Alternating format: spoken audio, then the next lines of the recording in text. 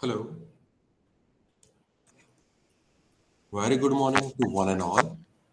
Behalf of Indian Society of Geomatics, Chapter Vidyanagar and ISTAR College, I welcome you today in a special day because we have our two eminent scientists, Dr. Koyel and Kamal Pandey. This webinar is sponsored by ISG and organized by MSc Geomatics Department of ISTAR. Dr. Koyel currently working as a scientist in a Punjab Remote Sensing Center, Ludhiana. Her interest is based on natural resource monitoring and modeling. She has completed her doctoral studies in geomatics from Space Application Center ISRO in 2020 on land degradation using multi-satellite sensor. She has 10-year plus experience in a multi-distance modeling in agronomic coupled with geomatics. She has in her credits several international and national journal conference papers. She has recently won the prestigious Artificial Intelligence Grant of Microsoft United States recently with her team in a Punjab Remote Sensing Center. Madam, I welcome you. I kindly request to please enrich the students and participants with the knowledge. Now I hand over sessions to you. Thank you, sir, for such a wonderful introduction. And thanks to the Vidyanagar chapter of and ISTAR College for inviting me for this lecture. So, good morning, all. I'll share my presentation.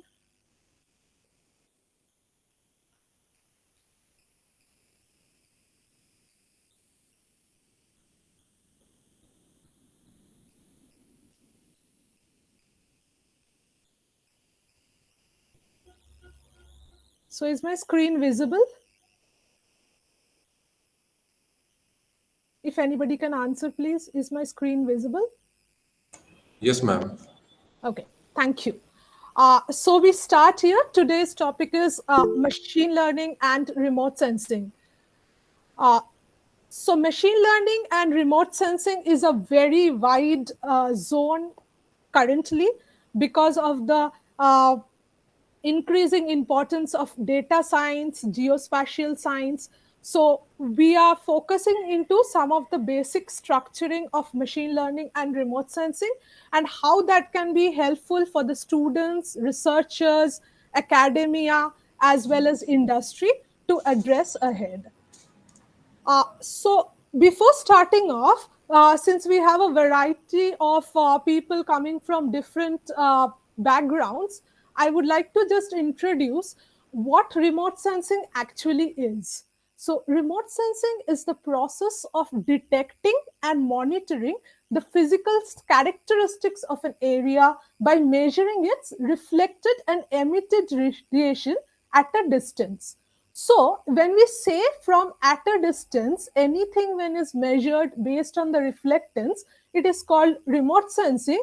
Therefore, the first example that comes into my eyes and in the left side of the image is while we are reading a book. Basically, what happens, the letters are being reflected on our eyes, and here the sensor that we are talking about is the eyes, and it is continuously sensing the letters written in the book, and we get the knowledge out of the book from that. Next comes remote sensing using ground based instruments. So, when we are talking about ground based instruments, what we mean is if we have different sensors, for example, here one adicovariance tower, one infrared camera has been placed before field which has some plants for some agricultural experiments. So these are basically ground stations, and from far the radiation and is being measured continuously, or rather recorded by the instruments. So this is also a kind of remote sensing technique. But today's highlights will be more on remote sensing using satellite imagery. So since the inception and the growth of geospatial industry, we are seeing that satellites has been a beneficial factor for us to monitor the Earth's surface continuously. So, why we say continuously? First of all, when we send a satellite in the space, it is continuously for 24 hours monitoring the changes on the Earth's surface in different aspects or through different sensors. So, here, the sensors, when I talk about, I'm talking about optical sensors, infrared sensors, thermal sensors, microwave sensors. So, there are a lot of sensors that keeps on tracking the various physical aspects of the Earth's surface that happens in its revolution period of 24 hours, and then that to 10 years. So every satellite has a particular revisit period for particular object to be monitored at particular time. So remote sensing based satellites are therefore very important and crucial for monitoring any kind of resources on the Earth's surface. To be more precise, remote sensing has also reduced a lot of cost in monitoring, because earlier we had surveying methods where we had to go to survey each feature on the Earth's surface with a team or with certain instruments, which would be very cumbersome, tiring, as well as maintaining that team on the ground would be very costly. But remote sensing images in such a case provides us very good information, rich information rather, by giving us extra knowledge on fields which is very important, and where we don't have to go into field and get information from once each steps. Rather, we can only get some footprints, and that is enough. So I go ahead further. So, why we want to link, why machine learning is required for remote sensing? So, machine learning is basically techniques to automate remote sensing analytics and gain a competitive advantage. What do I mean by this? When I'm talking about machine learning, what I'm trying to say is that when remote sensing satellite, I'm here specifically talking about satellite remote sensing again, because we are interested more on the geospatial science. So why we need? Because it is kind of a big data. So since the evolution of it has been almost 40-50 decades that satellite remote sensing is featuring.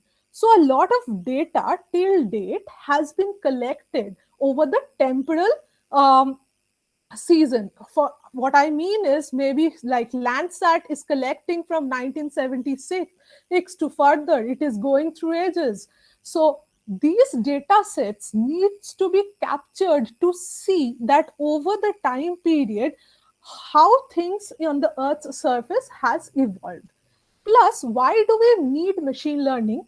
Because suppose if we have just two variables, for example, if we are talking about just one small space, suppose I am talking about Anand, and I am saying in Anand, wheat is one of the most important crop that is being grown in the winter season.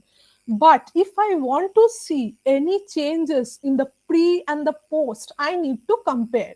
So in that case, if I need to compare, I have to take data sets of different seasons, different through the different years. So a lot of data is into action. This is very cumbersome process, and it cannot be handled so easily.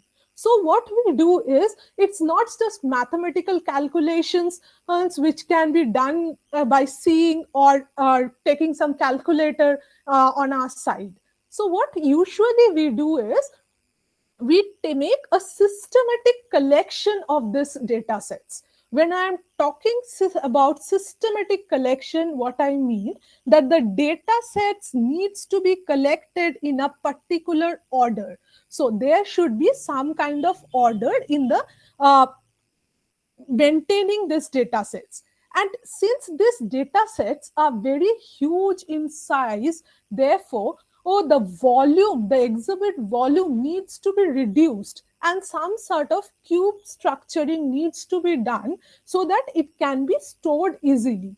Because if there are so many satellites, there are so many space agencies over the globe, like the uh, NASA, ISRO, ESA, JAXA, Chinese. There are so many space stations and so many satellites going around. So, if we want to store all the data sets, it will be a really shortage of space. So, we need to develop some method, machine learning techniques basically, to store this sort of data into smaller spaces. So one thing is that we need to collect this data into a proper order, and then we can need to reduce. Dimension reduction is a very important factor which we need to do, because dimensional reduction can reduce the storage of the dimension and the space of the data sets.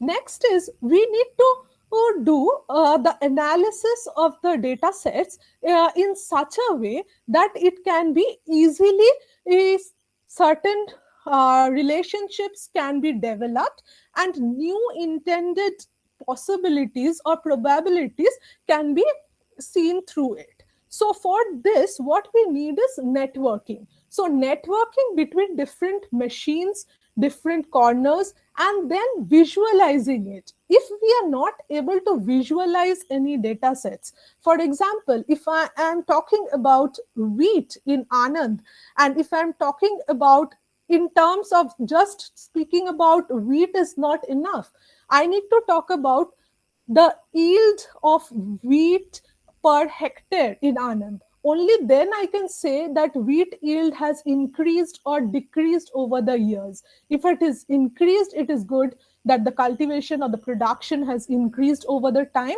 with the resources. But if it has decreased, then we need to know what is the reason behind why the wheat yield is being decreased. So visualization of the data set is very important. And only then it can serve the research component and the analysis component to the next level. So together with all this, what we can do is we can basically, these are big data sets, and not only, like now I'm talking about only one district for giving you all the examples, but it can be to the levels of maybe states, maybe countries, and maybe beyond countries to the global levels. So data volume can be huge, and then so that we can compare to different, suppose we are talking about different agroclimatic zones of India. And I want to compare that how in different agroclimatic zones the cropping pattern of wheat has changed due to climate change. For this, a huge collect the pen drives, we will do everything in the cloud resourcing, because it is easy, as well as it helps in automatic remote analytics in a competitive advantage. What I mean is competitive advantage, when we gain over time, we don't need a lot of time. So because we need to certain, like if we are talking about disaster management, if the disaster is hitting, like flood is hitting us today, then we need to know what can be the effect of flood by tomorrow. So early warning is required. So in such cases, we don't have time to download the image, need to analyze the image, or do something. We need to have some regressive, very faster scene methods, which can definitely in minutes compute the required results and give us, and which we can directly serve to the people, so that the socio-economy of the region affected by flood is not hit by the disaster to a greater rate. So that this is the reason why machine learning comes in to scene while handling the satellite remote sensing data sets. So this is one of the example I will be giving. This is one of the very simple examples. Everybody of the remote sensing domain, I'm sure, have heard about normalized differential vegetation index. So when we are talking about normalized differential vegetation index, it is basically giving us the health of the vegetation or the health of the canopy cover over the Earth's surface. This is an index basically based on the near infrared and the red band, because in near infrared the vegetation is maximum reflected, whereas in red the minimum. So this index uses this particular both two bands to produce this index. Now the main question is why I am showing you NDVI is a very simple index, but why I am trying to show you this, because I want to show that in this particular image from January to December, the footprint of NDVI is clearly visible. So for doing this, data sets of NOAA AVHRR, it's a global data set, and it is for particular everyday data set has been taken into consideration. So 365 data sets over the globe, which is huge in size, and then it has been reduced, it has been mean has been done to each of the images, and then there are several filtering methods that have been considered into and taken into dimensions, and then this image has been produced. I'm showing here you because here I want to say how much of dimensional reduction has been done to this NDVI image so that it was so easily produced in front of y'all today. Otherwise, it would have been taking a lot of time as well as a lot of processing steps has been behind this image, but it is very easily produced. It's over here. Now similarly I will show another. This is also an image where we can see the difference in the average temperature of a place. So this is also the NOAA climatic data, and it gives us an image from December 2020 to February 2021. So people are talking about increase in global temperatures, but is it so? Yes, if you see this image, it is clear that the maximum temperature difference is being recorded in the northern hemisphere. And if you see this, the dark reddish color is being seen in the upper part, and especially in the North American zone, and as well as over China and the upper part of the Asian countries. So this is a very crucial thing, and IPCC has also reported recently that temperatures are increasing and it is climate change is being affected. So machine learning is basically helping us to take up all this data sets. This is not a data set which you can just take one single data set and identify. These are years of data sets, months of days of data sets together to combine and produce a give and find the anomaly of the region. So a huge volume of data sets is included and very specifically to cover this region.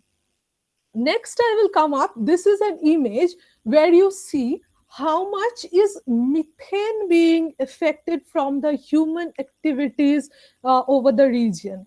So methane is a greenhouse gas, which is very harmful, and especially to a certain level. So here what we see is greater than 85%, and which is a big amount over this region, and it's quite cautioning. And one of the human activities can also be that if you see this region that where methane is being produced, it is basically the rice bowl of the globe actually. So this is the region of this region is mainly composed of a lot of rice cultivation, from which the methane emits basically is seen over here. So we need to be very cautious. So if we take into account any atmospheric data sets, agriculture data sets, so methane only we can't take just atmospheric data sets and compute. So we need to know also we need to also have some ground data sets, some agricultural difference to see whether the agriculture products are emitting or the source of methane is something industrial pollution, or so we need to find out several reasons. So when we need to find out several reasons, there are combinations basically of a lot of data sets that is coming up. So if you see that the globe that is going below this animated image is of a natural color composite. So when a natural color composite, so the raw data is there. Next, over that, we have seen the methane pp. It is giving us that how much methane, so air pollution data is coming up, and even the agricultural data sets. So three combinations is giving us how it is affecting the entire globe. Next I will come. So this is giving us a why do we need to actually take up machine learning for remote sensing data sets. Now I will go down deep into the root scale why we actually need. So remote sensing tasks helps to represent and make learning classes. So when machine learning, we for the very word machine learning is machine needs to be made learned. So machine is a non-living thing. You can't, it can't take up its own. So we need to feed and help it to learn that this is an example or this is a sample site. So this helps to represent learning class by finding a suitable data that is particularly suitable for any intended application. Now, for any intended application, I would like to show here. Here you can see there are four types of leaves. One is very green leaf, one is yellowish dry leaf, the other one is a little more drier, and the last one is totally dry. So if you see the curve, the spectral curve on the right hand side, you can see the green vegetation, green leaf is showing a proper green curve which has a maximum reflectance over the infrared, near infrared region, whereas consecutively as the chlorophyll content gets reduced, the curve slowly decreases and the reflectance changes. So we need to identify this sort of representative. So why I am showing here the representative is, suppose we are trying to identify that when there is a forest, okay, so if there is a big data given to me of suppose forests in the Himachal, and I need to find out whether that is a deciduous or it is a rainforest or it is a mixed forest. To classify into these things, I need to identify the classes. For identifying the classes, I need to know the spectral characteristics. Now I can't go to every pixel and say that this is uh, mi- uh, um, rainforest, this is a deciduous forest. No. So I will train an algorithm where I will classify that where my NDVI is highest, or my leaf color, what I mean is leaf chlorophyll content is highest, there the value of green will be maximum. And in that case, name this as rainforest, because in rainforest there is no shading of leaves during the entire year. So they have the canopy content is always intact. So in that case, there will be no uh, shedding of trees. Next is I will give an algorithm where I will say the chlorophyll content may range from, the percentage of reflectance will range from 50 to 60. In that case, if I measure these numbers, then I can easily make discretion on between the types of the leaves that are into scenes. So what we need to do is we need to actually identify the reflectance characteristics of certain training samples which can serve as our suitable data sets for reclassifying the other pixels in an image. So this is one of the examples that I wanted to show you. Next is, but it is very easy to say, but there are several challenges behind this remote sensing and machine learning techniques. Now, the first is range of spatial resolution varies. Now, for example, if I'm talking about MODIS data sets and I'm talking about NDVI of MODIS data set, right, which comes at minimum 250 meter.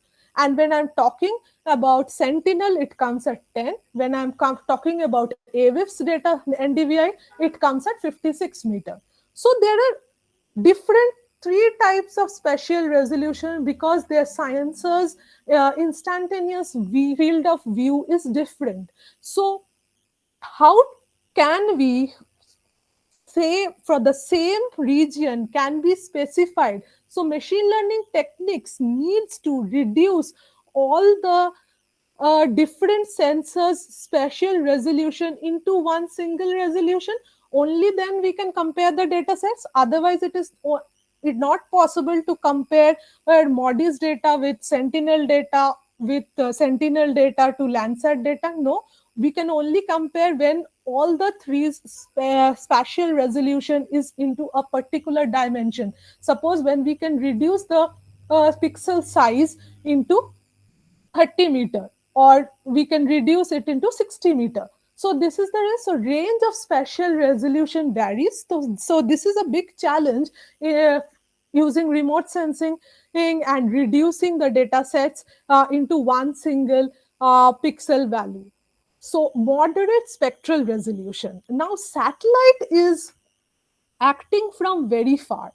So when it takes a when it captures a view of like Sentinel is capturing at 10 meter spatial resolution, but the spectral resolution always remains moderate.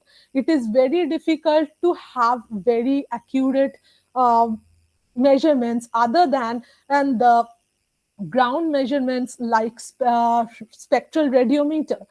So this is also a challenge, and the spectral resolution is also affected by atmospheric variables in nature, and then it might get disturbed to various things.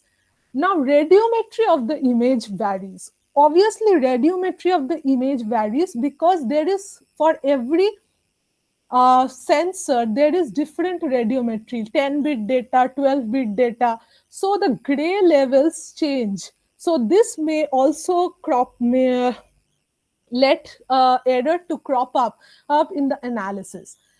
Data are high dimensional, multi-temporal, and multi-angular and multi-source fusion. So multi-temporal, what I mean is data, suppose you are collecting Landsat data. So you are collecting from 1982, suppose, to day by day, and it goes to data set till today. So it is a multi-temporal data sets. So multi-temporal wise, satellites have changed, and maybe their radiometries changed, their resolution at times changed for certain bands, their multi-bands have come out. So there might be variations. Multi-angular, when the satellite is taking a picture from different angle of a particular region, the radiance and the reflectance characteristics of that particular region changes, because every region when viewed from a particular angle looks different and it emits different spectral reflectance. So and multi-source fusion is happening. So if we have multi-source data sets, like I want to suppose couple optical data with the I want to with the thermal data sets, and thermal data sets might have some errors. So multi-fusion might give high dimensional data, which might gives error also, and maybe difficult to compile both together. So next is non-linear and non-Gaussian feature relation. So since it is a pixel, the data set, every geospatial data is a raster data. So and raster data are obviously non-linear in nature, and their features are not always Gaussian in nature. So it most probably maximum times it is non-Gaussian. So extracting a relationship between all is difficult.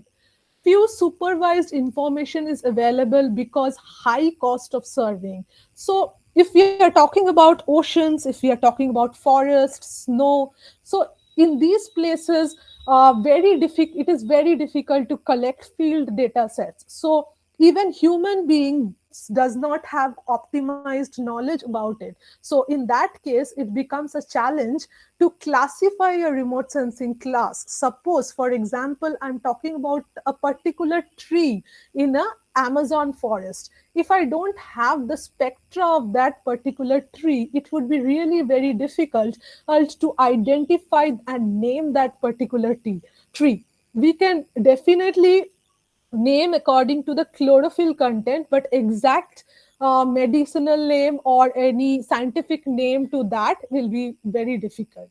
So tons of data to process in near real time. What we mean by near real time is many data sets are there which are captured in every second, every minute, every day. So it becomes tons of data in 24 hours, and then 30 days and 12 months, 1 year, and data goes on increasing over the years with the advances of remote sensing. So tons of data, how to process is also challenging, and computational intensity. So if we are going by one data, it's a very huge process and huge time taking process, as well as it is very cumbersome. So we need to have some computational techniques which can be easy, uh, and it can be easily produced in front of the users. So next is remote sensing tasks. So why we are talking about now machine learning, so I will come out to regression technique. Regression is a machine learning technique that relates dependent variables to one or more independent variables which are continuous in nature. So now, for example, what do I mean? So regression is something where you have, for an example, uh, there is an yield production. Yield production is dependent on what?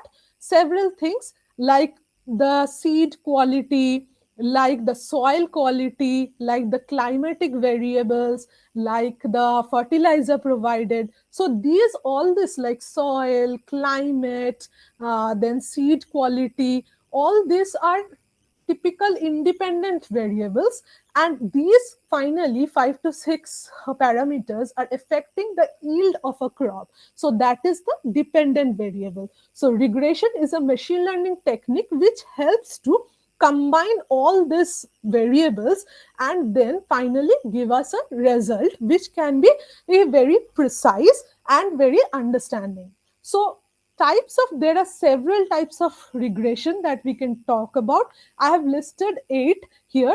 The linear regression. Linear regression is what? When the data has a linear trend or a linear pattern. So if you can see this graph, it goes from, it is a positive or a negative growth, and it goes along the straight line and from 0 to the end of the yield. So there are only two variables which are affecting over the line. This can, linear regression can also be employed with multiple factors, like I'm talking about, if the soil factor of a particular place, climate, everything are linearly related, then we can also have multiple linear regression. That is also a funda. Next is polynomial regression. Polynomial regression means when we have a data set which does not follow any linear correlationship. So what we do is we combine the data sets it's into a form such that it can be connected it to a path. So in this case, there is no relationship, and the multi-collinearity between the two objects are usually more. That's why they tend to be close to each other. So in this case, what we do, we just fit a regression line trying to fit the entire data sets and connect them. So we say this, and this can be, polynomial regression can be of different orders. Next is support vector regression. In support vector regression, what we have is we have a data set but we can draw according from its hyperlane, we can exactly divide the data.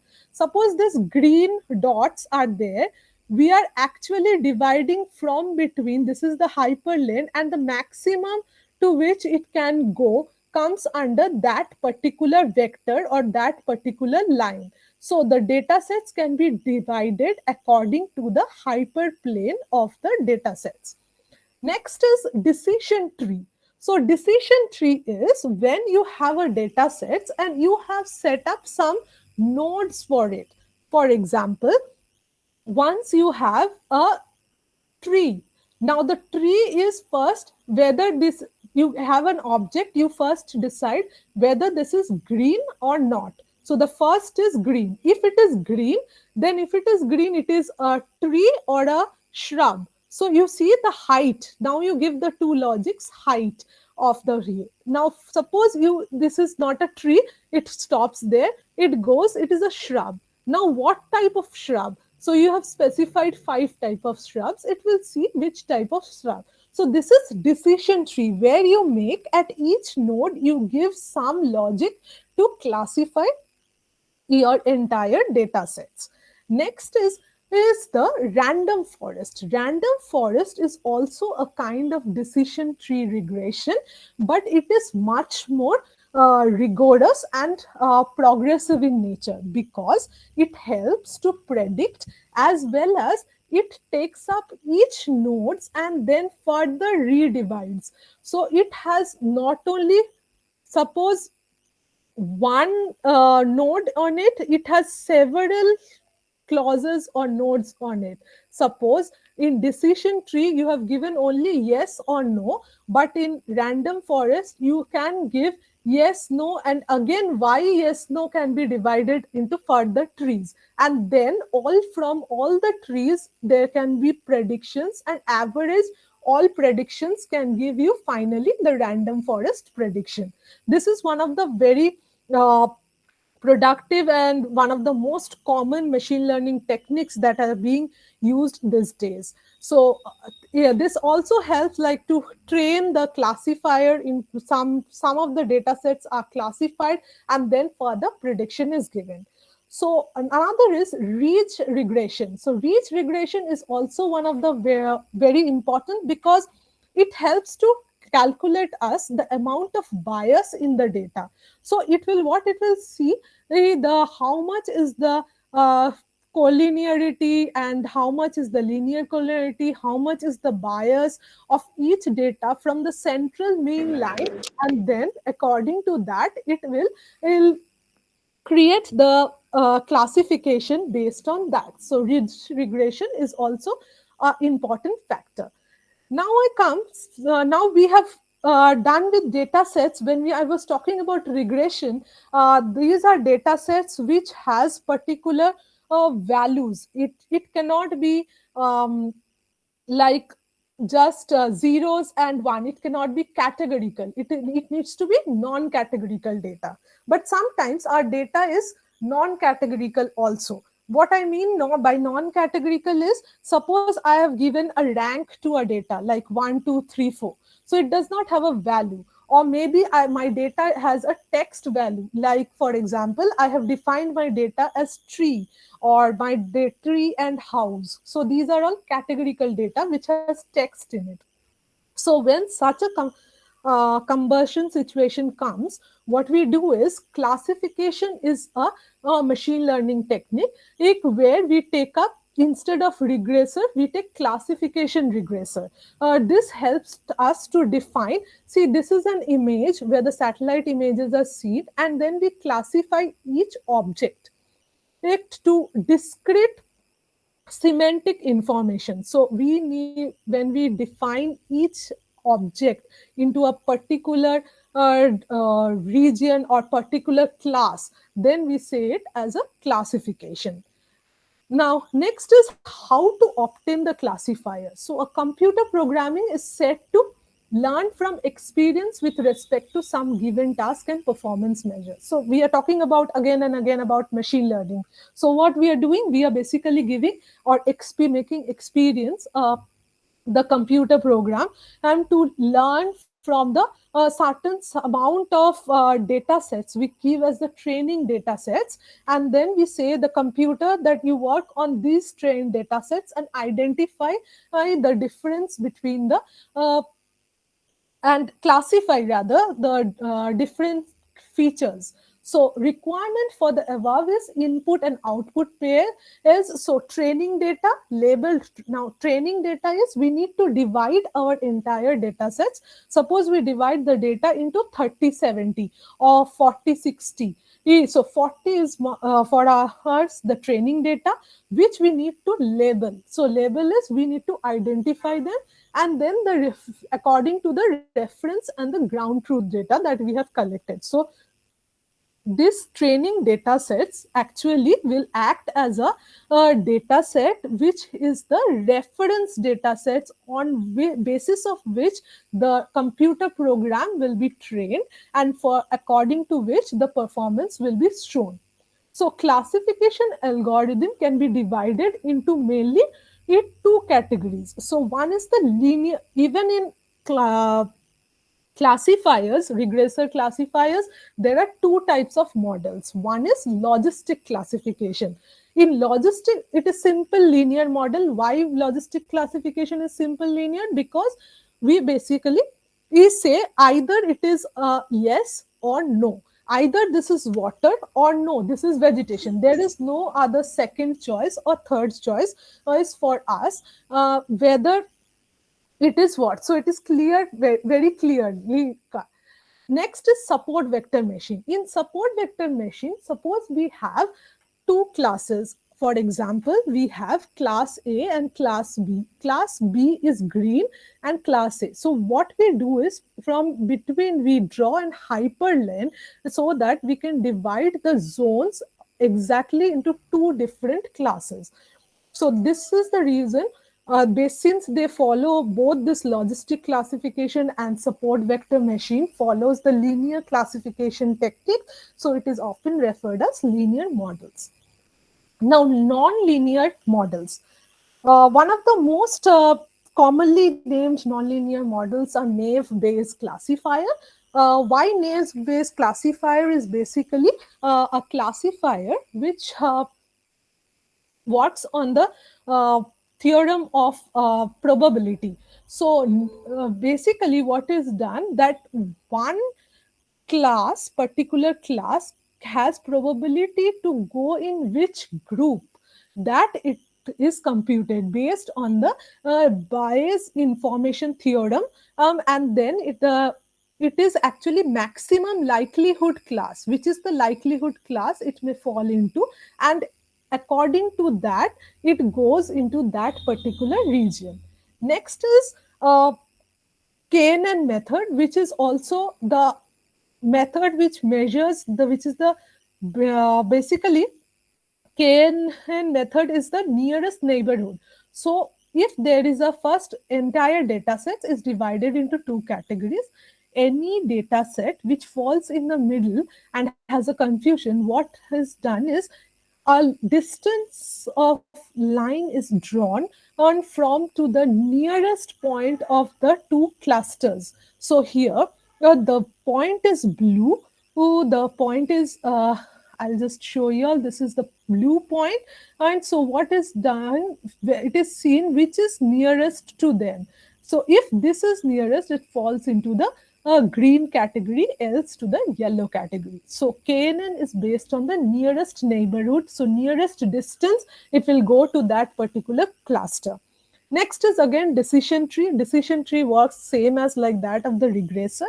So what it does is, basically just for example, we give the color of a giraffe is yellow. So first yellow will be, suppose there are lot many animals like elephant, cat, tiger, giraffe, I give yellow, so only comes up the giraffe.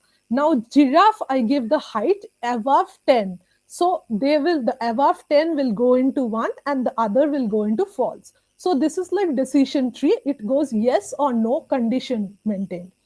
And again random forest, as I explained, Random forest has nodes and decisions based on, it is not based on true and false, it is based on everything: height above 10, height above 5, height above 3. So everything, there is a specified value given to that, and then different trees come up to join and predict a particular understanding for the entire theorem. So these are the non-linear theorems. But what are the challenges behind machine learning? So we have now seen there are various methods of machine learning to analyze the geospatial data sets, but there are definite challenges behind. So one is poor quality of data sets. So many a times poor quality of data sets, for example, if there is a cloudy data sets, it's so what machine learning, suppose I have trained my data sets with a cloud free data sets, and then after that I am serving a clouded data set, in that case error will occur, because it won't get, the trained classes does not have any cloud computation, like cloud values in it. So any, it will give us a extreme kind of error.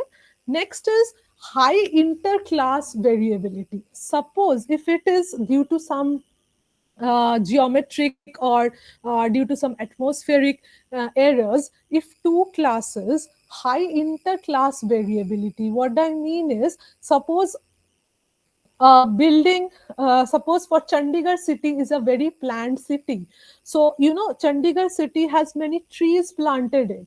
So you will see the canopy cover when you do analysis of Chandigarh city, you will be seeing in that above the you can see the vegetation cover above the Chandigarh city, but that's not the true case. It is an urban, it is an extreme urban land. So high interclass variability can lead to some misconceptions. So if until and unless somebody sitting in Gujarat who has not seen Chandigarh won't be able to understand the scene, like he or she will identify Chandigarh as a maybe a area with green vegetation, but no, there is buildings there, but that is much more, it's a planned city, so we cannot see.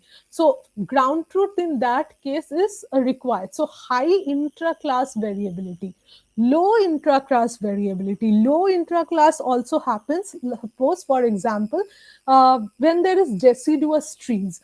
So maybe there is high forest density, but due to deciduous nature of the trees, the leaf shades fall. So in that case, the same class in one image will show high vegetation vigor, whereas the other in other season in the same class will show blank. So these needs to be trained very carefully. So limited training data. So machine learning usually takes, like we take 30% of the data as training data sets, because maybe these are the points we are gathering from the ground. But no, training data needs to be very strong and very well trained in nature. Every training data needs to be a uh, quite good amount and accurately corrected, because whatever ground truth we are taking up, we are actually training those ground truths as our sample sites in the machine, and we are making experience for the machine to take up the signatures and then further classify. Hard to optimize. Now optimization factor always changes, because optimization change from person to person, place to place, machine to machine. So this will always be a limitation. Underfitting of the data. Now by underfitting of the data, what I mean is, suppose I have a data set which is very it is, the number is, the collinearity is so much that we are trying to fit the data through any polynomial curve or something, uh, forcefully. We are not actually, the data is not fitting into the nature. And overfitting of the training data is, we like, it's an, an oversized coat. When we have an oversized coat, one lean man is wearing an oversized coat. So maybe we have 2 or 3 points, and purposely we are trying to produce a correlation among it, and fitting the curve. So computational intensity is also a challenge. We need good systems. A system of like 2 GB, 1 GB, which earlier used to be, is not enough. We need good systems, hyper machines for computation levels, and difficult hyperparameter tuning. So any uh, factor which has a very high tuning rate, because suppose for example, if I'm trying to minutely differentiate between two shrub types, I need to be, the tuning should be very fine, otherwise I will get all wrong results. So advices for machine learning are: training and test split data should be carefully done. Otherwise, if training and test split data is not carefully done, then we will 100% get wrong uh, answers. And starting any what with small subset of the entire project can help us to give a preview of the data. Suppose for an example, if we are working on orchards, maybe if we are working on orchards over uh, Gujarat, let us take one Anand city and see how it works. Only if we know the structure, the type, and all, then we can further train the machines. It can help us to actually train and test the splits in the machine learning. So try to visualize the data. We need to visualize at each point. We need to produce graphs, statistical analysis. Maybe we display it spatially to understand the quality or understand the type of the data, and start with simple classifier, then increase the complexity. So what I mean by simple classifier is, we can start up with the linear models, and then we can casually, as the machine trains up, we can change into higher complexity of algorithms, like like nearest neighborhood, like XC booster, everything, and choose a appropriate evolution method.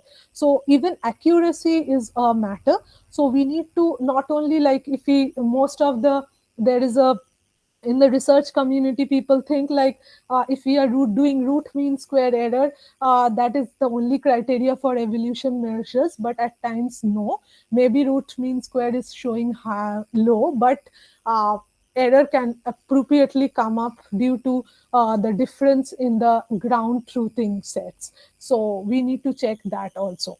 So now I will show you what is the machine learning task. So machine learning for image interpretation.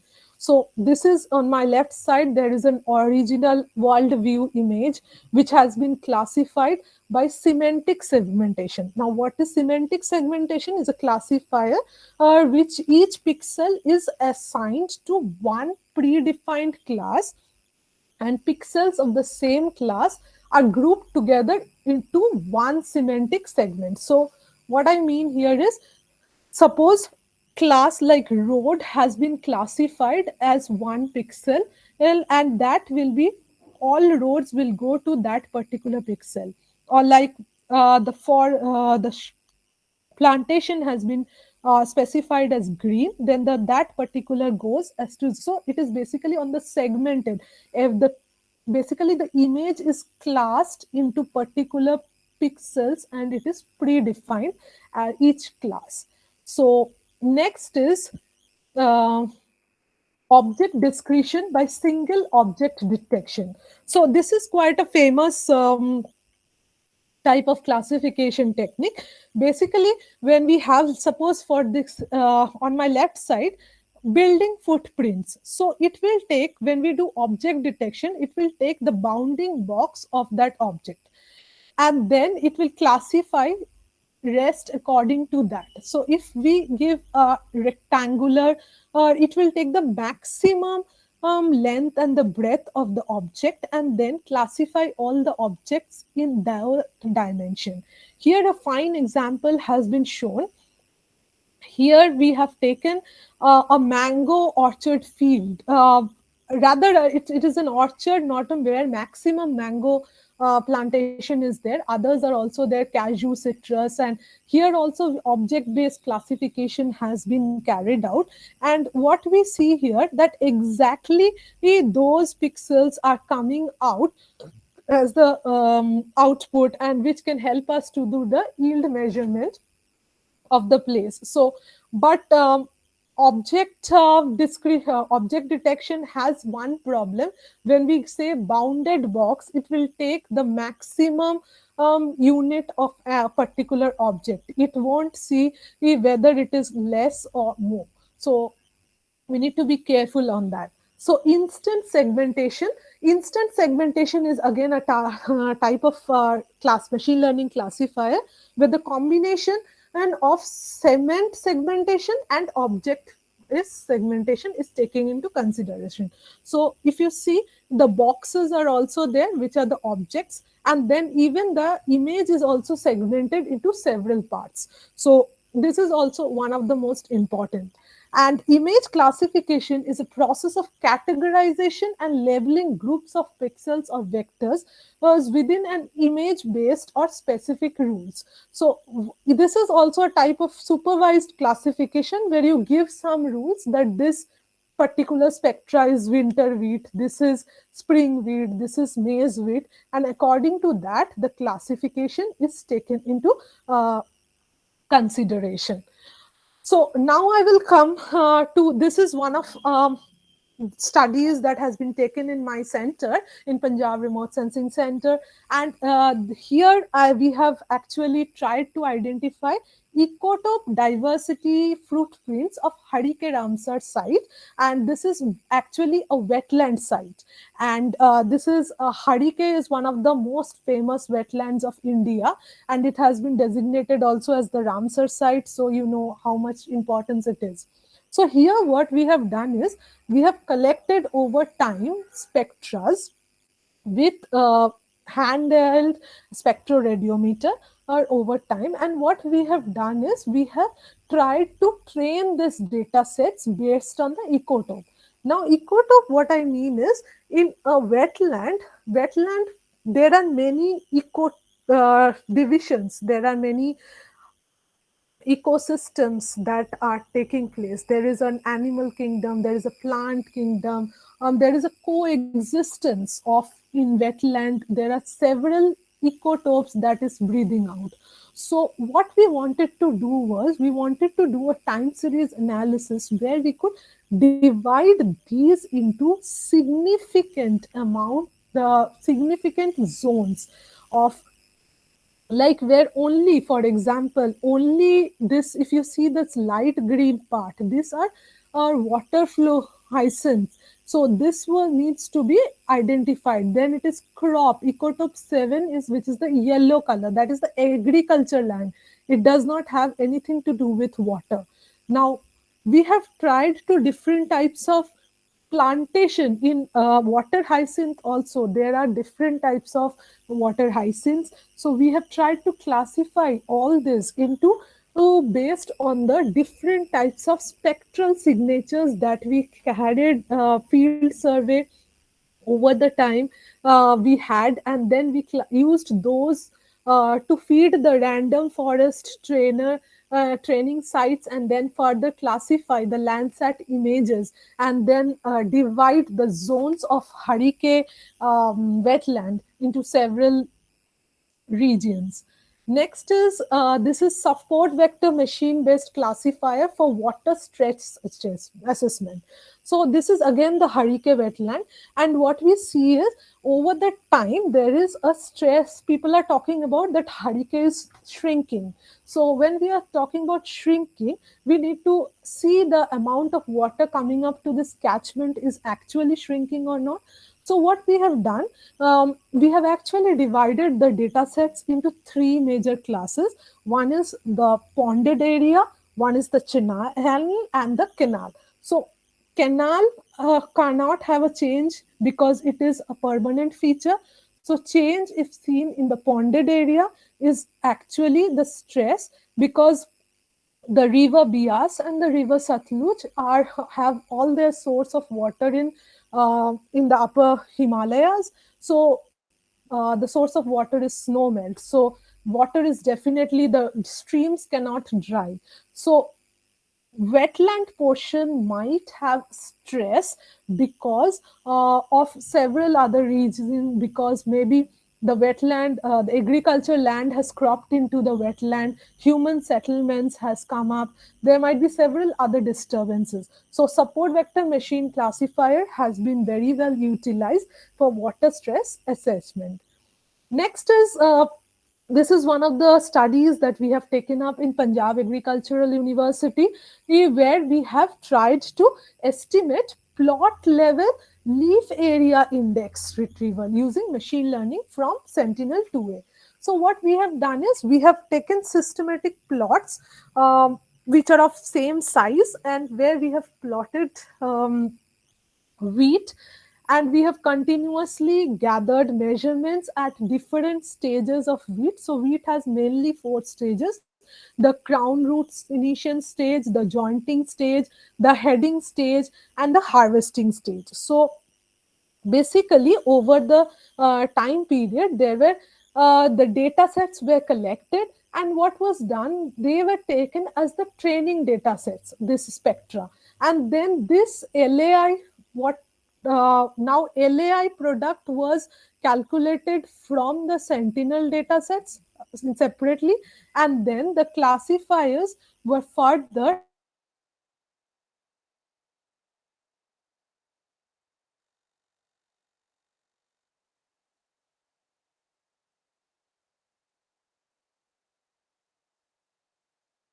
was we the collected the actual LAI, the observed LAI from the ground, and then the classifiers were further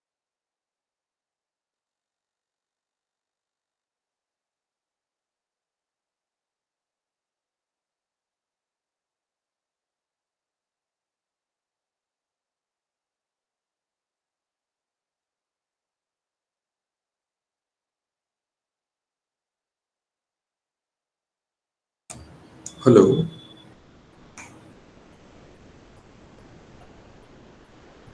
we lost your voice, ma'am.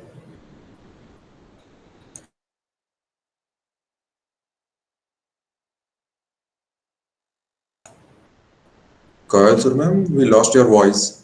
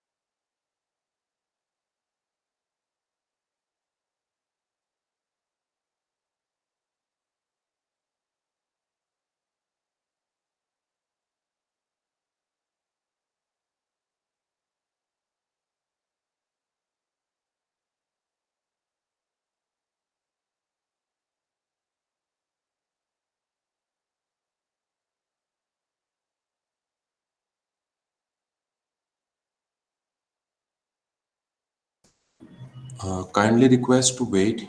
There is a technical issue at the presenter side due to the weather. Please wait, she is joining soon.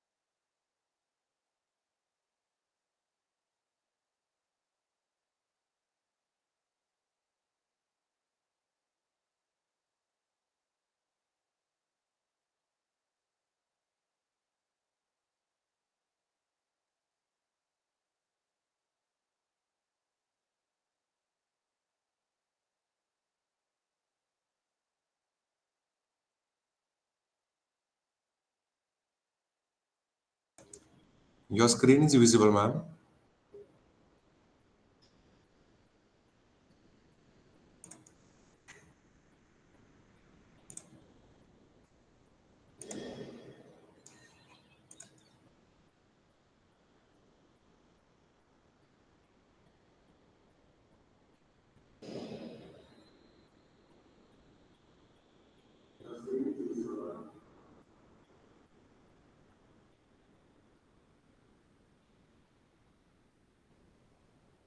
Kindly turn on your mic.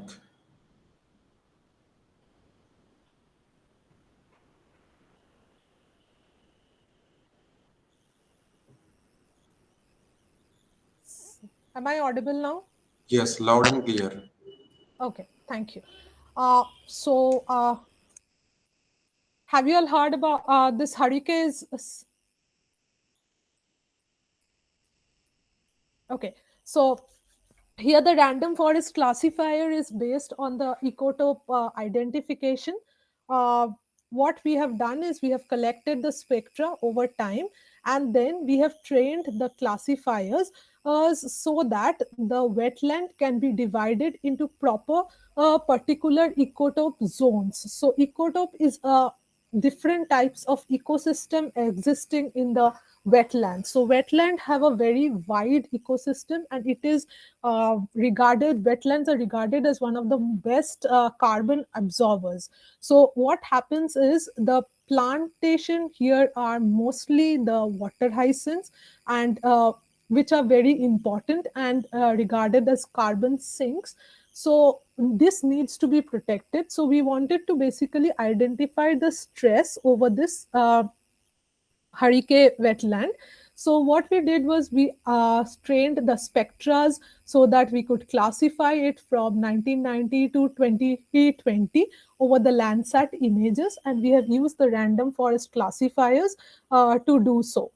Next was support vector machine based classifier. Support vector machine based classifier basically helped us to see whether the water stress assessment. So there was a news that the hurricane was going undergoing a stress over a long time. So we needed to see whether the spatial extent of the water side has reduced or not. So since Satluj and Bias are the rivers from the northern Himalayas, they always have water in them, and so there is no uh, decrement in the source of water coming out, and the canal being a permanent feature always will be the same. But the wetland area which you see is the in light blue, or we refer that as the ponded area, gets either influenced by rainfall, or if it at times has a bigger stretch of water, if you see the spatial extent is more, or because maybe the rainfall is there and at times the source of rainfall reduces, so the spatial extent also reduces. And even another reason is even the agriculture land is encroaching into the ponded area land of Harike. So that is also one of the major reasons. So support vector machine helped us to identify crystal clearly the stress that has been seen in the spatial stretch of the different water zones in the hurricane. Next is plot level LAI retrieval using machine learning from Sentinel 2A.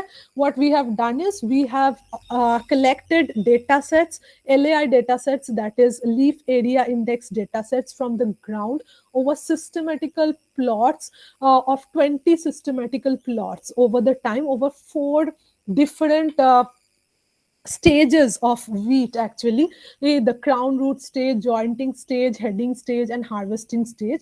What we have done is we have taken out directly LAI from the sentinel image, and what we tried to do were we used this observed field data sets to train our data sets in the sentinel, and we applied those to reduce the dimension as well as identify the LAI of the at plot level. So basically, this helped us to reduce the dimension of the pixels in the Sentinel-2 data sets, which is 10 meter, and our plot, which is 1 meter by 1 meter. So we wanted to take 1 meter by 1 meter pixel data sets. So image segmentation over Sentinel 2A. Here the logistic, this is one of my papers from 2021 where we have done two divisions, yes, water and not water class. So segmentation was done on basis of just two logic, like one is water class and one is non-water class. So if you see, this was very particularly, and the accuracy of the method clearly shows that if you see here between the two streams it is a scrubland, but if you see here it is identified clearly that this is a scrubland and this is black, this is not water. So this has come out very well. Next is this is land use land cover data has been classified over different of over VV polarization of Sentinel SAR dataset, microwave datasets, using different algorithms, and then support vector machine was employed on those fusion datasets. But what was fine, although the pattern of these remained same in the classification, but we have in principal component analysis, there is some reduction in the class of the layers, whereas in the upper methods, in the linear and the polynomial and the radial bias functions, they remain much more bright and variant. So it depends on how we train. This clearly shows that. Next is this is one of the study that we have done in yield prediction using machine learning techniques. This is protected cultivation that was carried out in Punjab Agriculture University and Punjab Remote Sensing Center together. And what was seen that multiple regression and random forest regressor was carried out. But this I have taken up to show basically the thing that all types of regressors doesn't work in all type of data. So when we are talking about protective cultivation, it is a small amount of data. We had only 28 samples. So in that, random forest regressor doesn't work. If you see the diagram, the points are being verified and it is not giving any mean answer or main correlation among the verified results. But if you see the multiple regression, it follows a particular trend. So when we have small amount of data sets, kindly don't use machine learning algorithms like random forest and all. The results will be poor. Next, this is a very important study we are doing in conjunction with our some other partner, Jawaharlal Nehru University, where we are predicting multi-dimensional poverty using random forest based machine learning model. Here what we have done, we have actually predicted wealth index of the country by taking various satellite images into account. So satellite images like nightlight information, vegetation, then building footprints, all this informations, then even the census indexes were taken, some ground truth data sets on the survey basis was collected from all the districts of India, and then this were all taken into consideration, and the wealth index was predicted over 10 by 10 kilometer. This is one of the most important and crucial work, and I believe we'll be able to provide some good interesting science results out of it. So here I end. Is there any questions, please?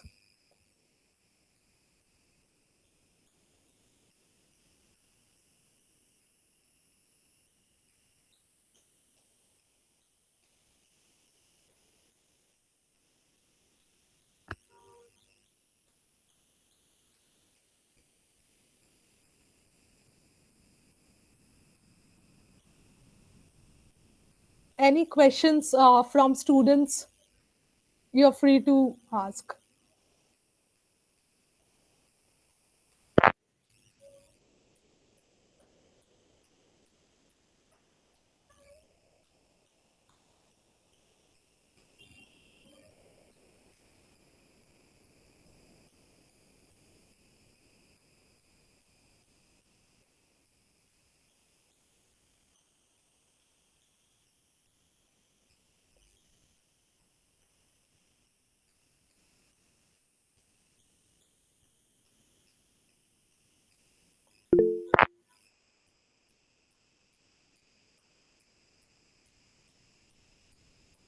Yes, Chirag has some question, I believe.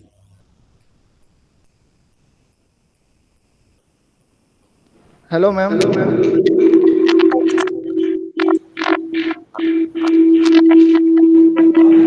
Chirag, turn off your speaker, please.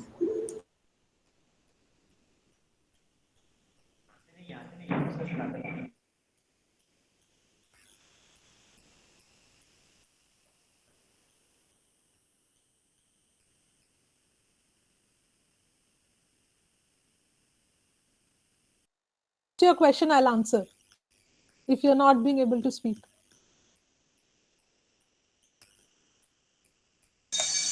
You can post your question in a chat box.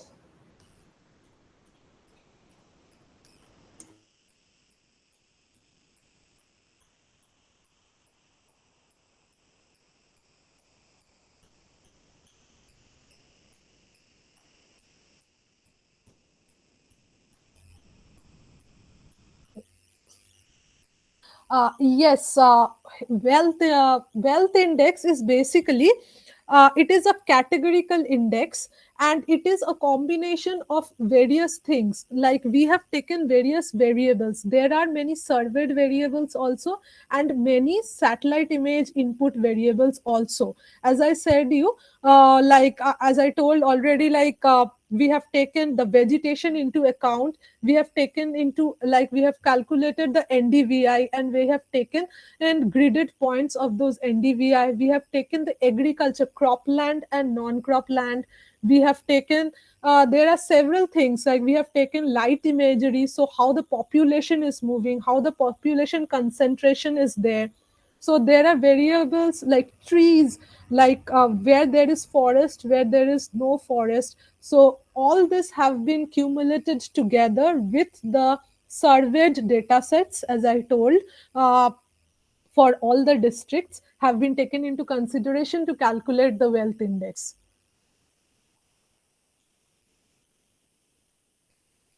Is it clear to you, Chirag?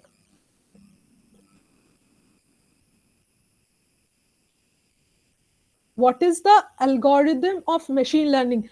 As yes, if you go back to my slides, just a minute, I will. If you algorithms are different types of, like as I told you, there are many regressor algorithms, there are classifiers. So there, suppose for an example, as I showed you, random forest is one of the algorithm of machine learning. So machine learning has several algorithms. So among this are support vector machine, in random forest, decision tree, there are many, the list goes on.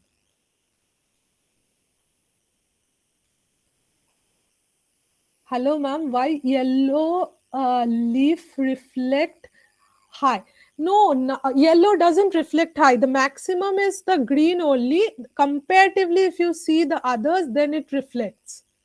It does not reflects the high. Max is not shown. And it is not, if you remember this, it's not a green color in nature. So the difference is seen. It is not the maximum. It is the green is the maximum.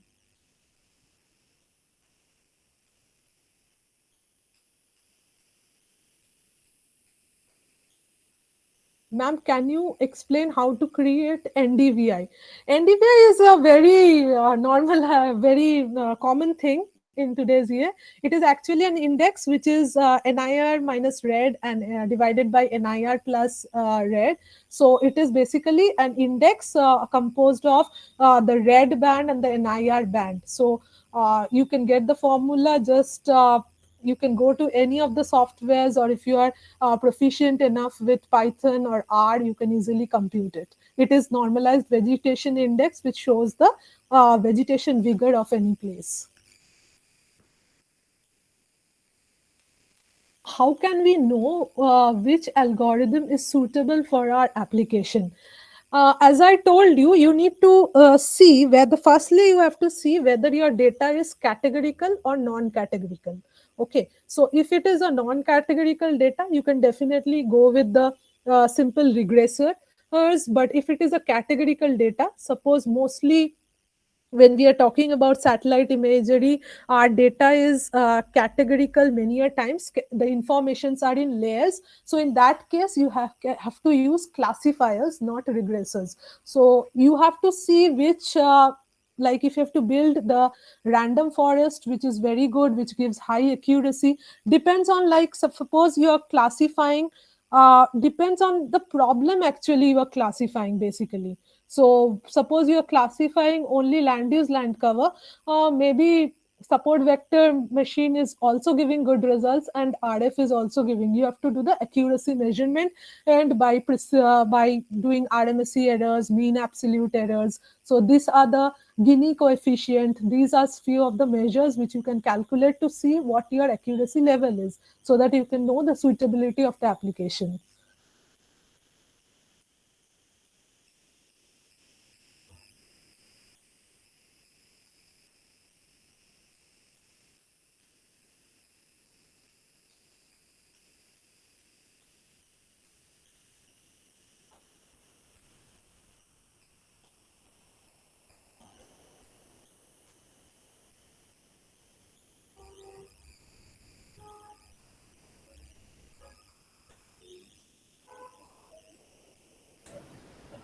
I think there is a no more questions. Thank you, ma'am, for enriching participants with machine learning and remote sensing knowledge with multiple field examples in details. It will really helps to all in their academic career. Thank you very much, ma'am. Thank you all.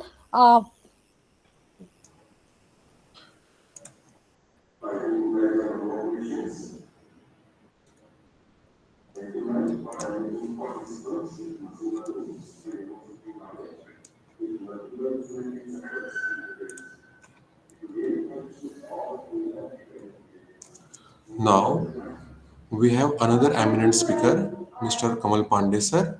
He's already joined us. Mr. Kamal Pandey is working as a scientist at Indian Institute of Remote Sensing, ISRO Dehradun.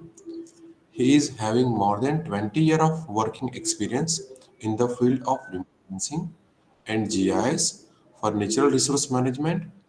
His area of specializations includes software applications development for remote sensing and GIS using open source and code solutions. He is currently involved in the training and capacity building programs of Indian Institute of Remote Sensing and delivers lectures and conduct practical classes on programming concepts, crowdsourcing, global navigation satellite systems, and geoportals.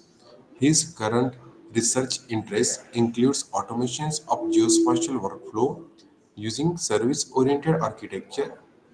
He had guided numerous students in their research work for computer programming in geospatial domain. Recently, Sir received National Geomatics Award for Technology by ISG in 2022. Rather than taking much time, I invite Mr. Kamal Pandey sir and hand over sessions to Sir. Thank you, sir. Thank you, Dr. Kunal, sir. Yeah, thank you very much for that brief introduction. So, very good morning to all the students over here. Uh, Let me share my screen with you.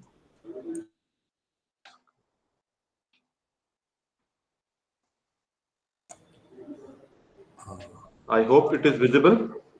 It is coming, sir. Yes, it is visible right now. So, after this one lecture you have just heard on machine learning, this is entirely a different domain now, which I will be talking about today. That is on the mobile GIS, an overview, and I will give a small demo how you can build your own mobile app as well without much of coding. So the content, the learning objective will be for this session will be like I will be going through the definitions of GIS and mobile GIS, the basic questions why mobile GIS, that we will try to answer to ourselves ki what, why actually we require the mobile GIS, and what are the related technologies behind mobile GIS, and what is the typical architecture of a mobile GIS application, and what are the various functions and applications of mobile GIS. There are different approaches. We will be covering those approaches also during this session, and there are certain limitations of mobile GIS, and some case studies I will be telling, I will be demonstrating over here also.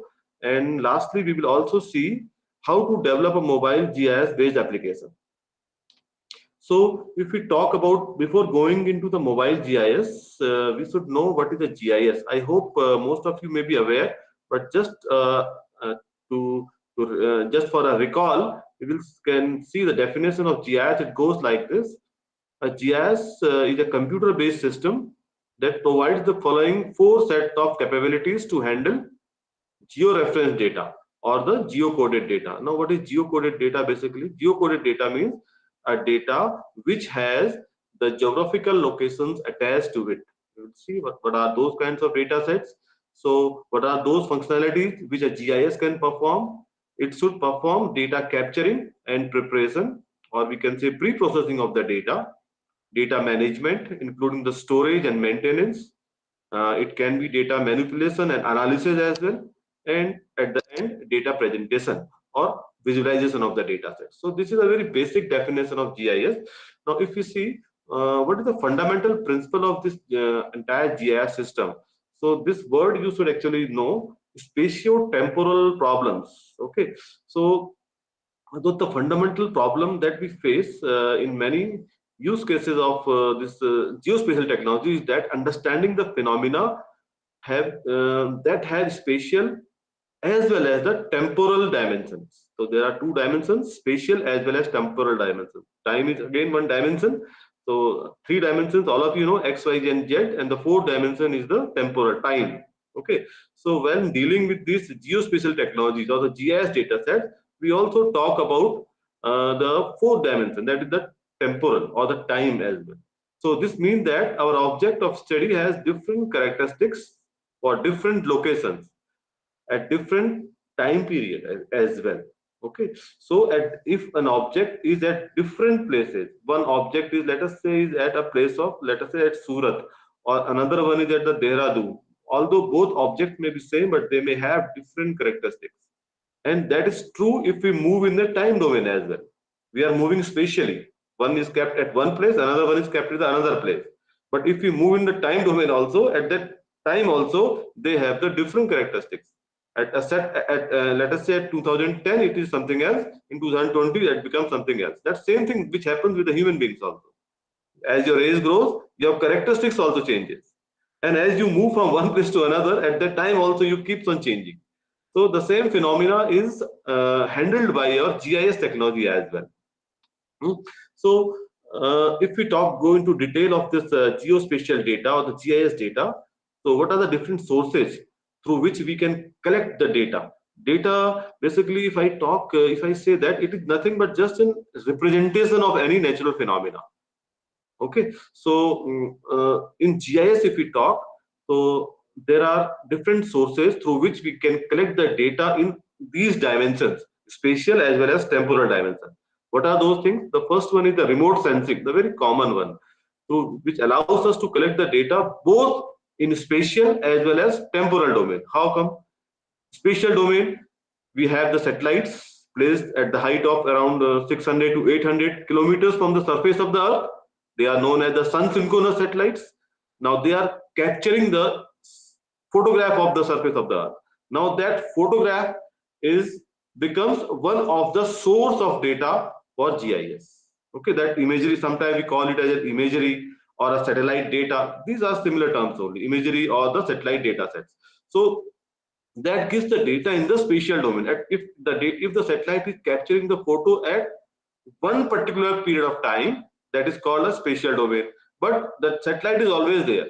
It keeps on moving the surface of the Earth, and it keeps capturing those photographs not only at one time, but it keeps on at its own revisit time. Different satellites have their own different, they have their different revisit times. Revisit times means, suppose it has captured the photograph at one time, when the next photograph will be captured. So that is again a new domain is coming up. You may be aware that we are trying to send cluster of satellite. Why cluster of satellite? Right? One satellite can do our work. So why cluster of satellite? Because these days we require the data at every hour, let us say, or at every 2 hours. At this temporal domain, if you require the data set, then one satellite cannot capture the data, because these are the sun synchronous satellites, and whenever the sun is there, they cannot capture one place at all the time. Okay, so if we have a cluster of the satellites, so any one satellite can capture that photograph for us. Okay, so and at every 1 hour we will be having one or the other satellite which will be gathering the data for us. So that is one important domain that is coming up. You should also be aware why cluster of satellites are being sent. So this is one to fill the gap of this temporal domain. Okay, so for that we require it. So another is photogrammetry is one option over here, which also allows the GIS data collection, and of course GNSS. We also call it as GPS. Actually, the journal term is GNSS, that is Global Navigation Satellite System. Okay, so for at the global level, we have many systems are there. GPS is one of their system. Galileo is another system. GLONASS is another system. So there are different systems which are which allows us to capture the data in the in this coordinates in different geographic coordinates. Let us say I want the location information of a place X. Then that we can obtain that data from a GPS or a GNSS system or any other GNSS system. So now once the data is not only point, we can have the data in a linear format, a line format, as well in the polygon format. As you may be aware that in GIS we have the representation of any phenomena through three spatial entities. First is the point, another is a line, and the third one is a polygon. Okay, these are three entities through which we gather the data in GIS. So GNSS allows you to capture the data in all these three formats. Okay, not only a point, it also allows you to capture the data in in a linear format or in a polygon format as well, because the data set, the signals from these GNSS systems are coming every 1 second. So you take your GPS in your hand and move in particular place, so you will be having one value in every second. So and you are moving spatially and in temporal domain also, so you will have a line drawn for you. Similarly, if you move around a polygon, you will have polygon. So that's the GNS. And that is a laser terrain mappers are also there. So there is a laser technology, sometimes we call it the ALTM. So they also allow us to capture the data, the laser technology. Through that also we can capture the GIS data, hard copy maps, the existing maps are there. Through that also we can collect the data. There are some other surveying methods which also allows to capture the GIS data. Of course, the today's topic is mobile. So this mobile has come up as the latest technology now, through which we can collect the GPS data or this GIS data set. So we will be seeing how we can collect the data through our mobile. Okay. So another one is which I have not mentioned it here, that is drone or UAVs. They also allows you to collect the data sets in the GIS data sets. So when we go about, but we will not go into that domain. We have today's session is about the mobile GIS. Some other time we can have a session on those sessions also. All those sessions. Okay, so but today we will be discussing about this mobile GIS.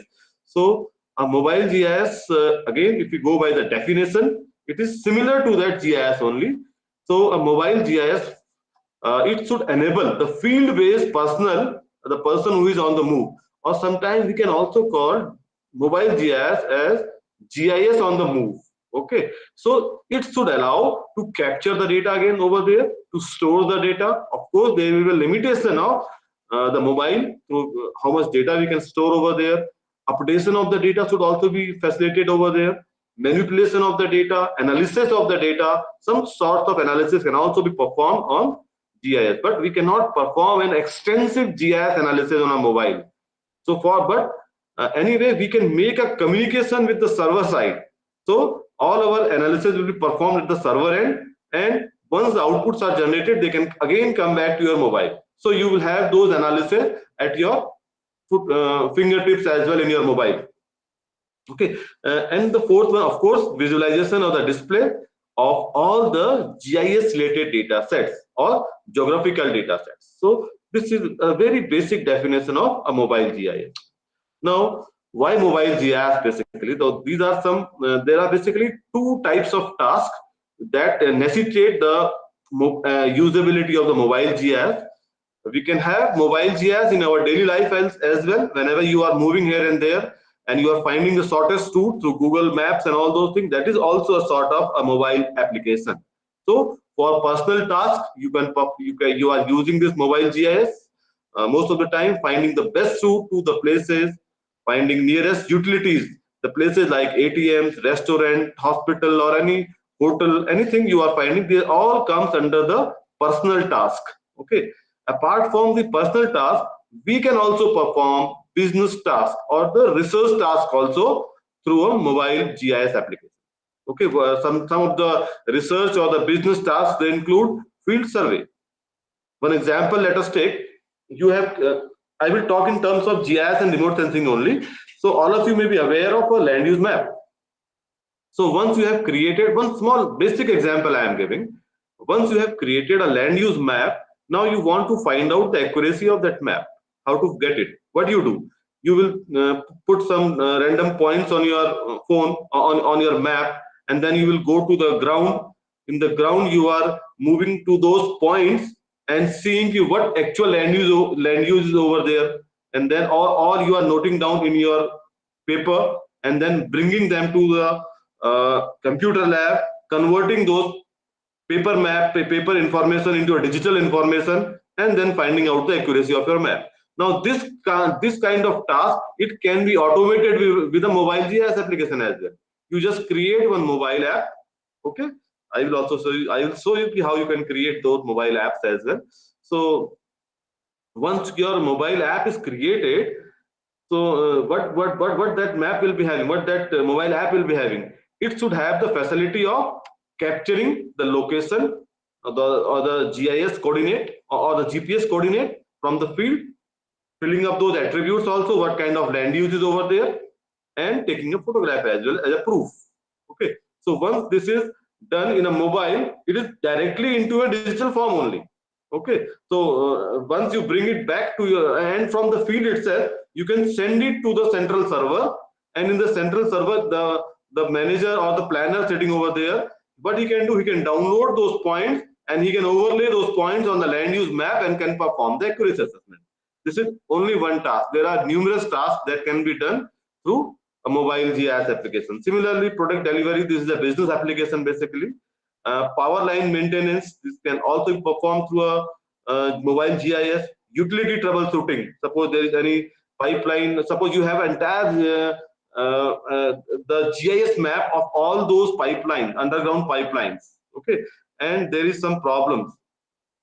So that can also be done with the help of a mobile GIS. All that the maps can be imported into a mobile application, and from mobile application you can directly locate those points. Uh, Actually, it will not locate it if some person is reporting in my area water, there is a water problem, and the lineman need to be has to go to that place, so he will be having that coordinates of that person. Okay, and then and following that path he can reach to that place, and there he can do the troubleshooting. Similarly, emergency response is there. I have one case study I will be showing you at the end also. So there are some during the time of disaster, these applications can be used. And one basic example of geotagging the field assets for inventory and monitoring. So these are some of the tasks of mobile GIS. So we can see a plenty of tasks are there apart from this also, which necessitate we should have some mobile app GIS based applications as well. Now, who are those people who are using? Already we have understood from the previous slide. Just just to specify all those things and where they use it. The user of the mobile, it can be a firefighter, a police officers, they can also use it, emergency crew, surveyors, utility workers, soldiers, census workers, field biologists, or the researchers, and as a you as an individual also are some of the users of mobile GIS. And what kind of tasks they are doing it? It can be a field mapping, creating, editing, and using of the GIS map in the field itself, inventory, making an inventory, a geotagged inventory of the assets that are in the field. Like let us take one example. You have one business, and in that business you have established certain certain stockist or some store locations. So and what kind of inventories you are maintaining over there, this all can be important to a GIS. Creating, maintaining an inventory of the asset locations and attribute information as well. Similarly, the maintenance of the assets, updating those asset locations, conditions, and scheduling the maintenance of those assets, inspections, incident reporting, GIS analysis, and decision making. This is again one important task that can be performed, like performing measurements, buffering, geoprocessing, and other GIS analysis while you are in the field. So if we talk about the architecture, so we have understood now what is GIS, what is mobile GIS, what are the applications, who are using it. Now we can go for key. Let us try to understand what is the architecture, what are the things that are required for it. So there are basically three things that are required. First is your GNSS or the we can say the GPS in very basic term. GPS information is required. The first one is the GNSS technology is required for it. Another one is the GIS technology. Okay, and third is the wireless or the GSM. So there are three G's basically for it. Okay, GNSS, GIS, and GSM, or global system for mobile application. That is basically your mobile for the mobile communication. So GSM, GIS, and GNSS. So GNSS means GPS only. So these are the three basic technologies that are required for a mobile GIS based application. Okay. So if we talk over here, so for the first component, that is called the that is GSM, Global System for Mobile Communication. So for that you require a active internet connectivity in your mobile system. you should have some internet connectivity over here. So how it will come? That will come through this GSM or the wireless communications. Okay, first G, and the second G, that was GNSS, that is Global System for Global Navigation Satellite System. So that comes from a constellation of satellites. Like in GPS, we have 24 to around 30 satellites are there. And for India also, I will just highlight over here. For India also, we have one navigation system, that is a regional navigation system. We call it by the NAVIC. And there we have a constellation of around 7 satellites. So for the global, we are having 24 to 30 satellites, whereas for the regional and India region, we are having it as just 7 satellites. So we should require a constellation of satellite as well, GNSS, the second G. And the third G is the GIS. So now this GIS application you will develop in your mobile, and you have a connectivity from the server end as well. Okay, in server you can get it the base maps or some other GIS layers which you can fetch it from this server through this mobile communication into your mobile phone and validated through this constellation of GI, the third G. First G, second G, and the third G. So this is the complete architecture over here. So, so if we, and another one more component is there, that is the features of your mobile application. Okay, it should have some multimedia, or it can have some sensors also. Those, what your mobile app will do, it will interact with those sensors. Now here, when you have created your small mobile application, connecting all the 3Gs constellation, it will interact to the GPS or the GNSS chip in your phone. It will connect that mobile app. It will connect to the GSM, to the internet connectivity it will have. And third, it will also connect to other sensors which are available in your mobile phone. It can be a camera, it can be a video, or it can be some other temperature sensor in your phone. It can interact with that. You should build it in such a way so that it can interact, and a collective information is once collected, then it can be sent directly to the server for further analysis. Now it is built upon this I told you earlier also, like it is mobile device, mobile operating system, basic mainly Android and iOS, wireless communication, and the position technology. Now some traditional some advantages of the mobile GIS over the traditional desktop GIS, they include replacing the paper-based workflows, which I told you as example for the land use map. It improves the accuracy of the data and reduces the cost of data collection. And second, mobility. This is the second advantage. Mobility means the mobile device are not hindered by the wire or the cable. You don't have any cables with you. Okay, and thus can extend to infinite distance. Wherever you want, you can go over there.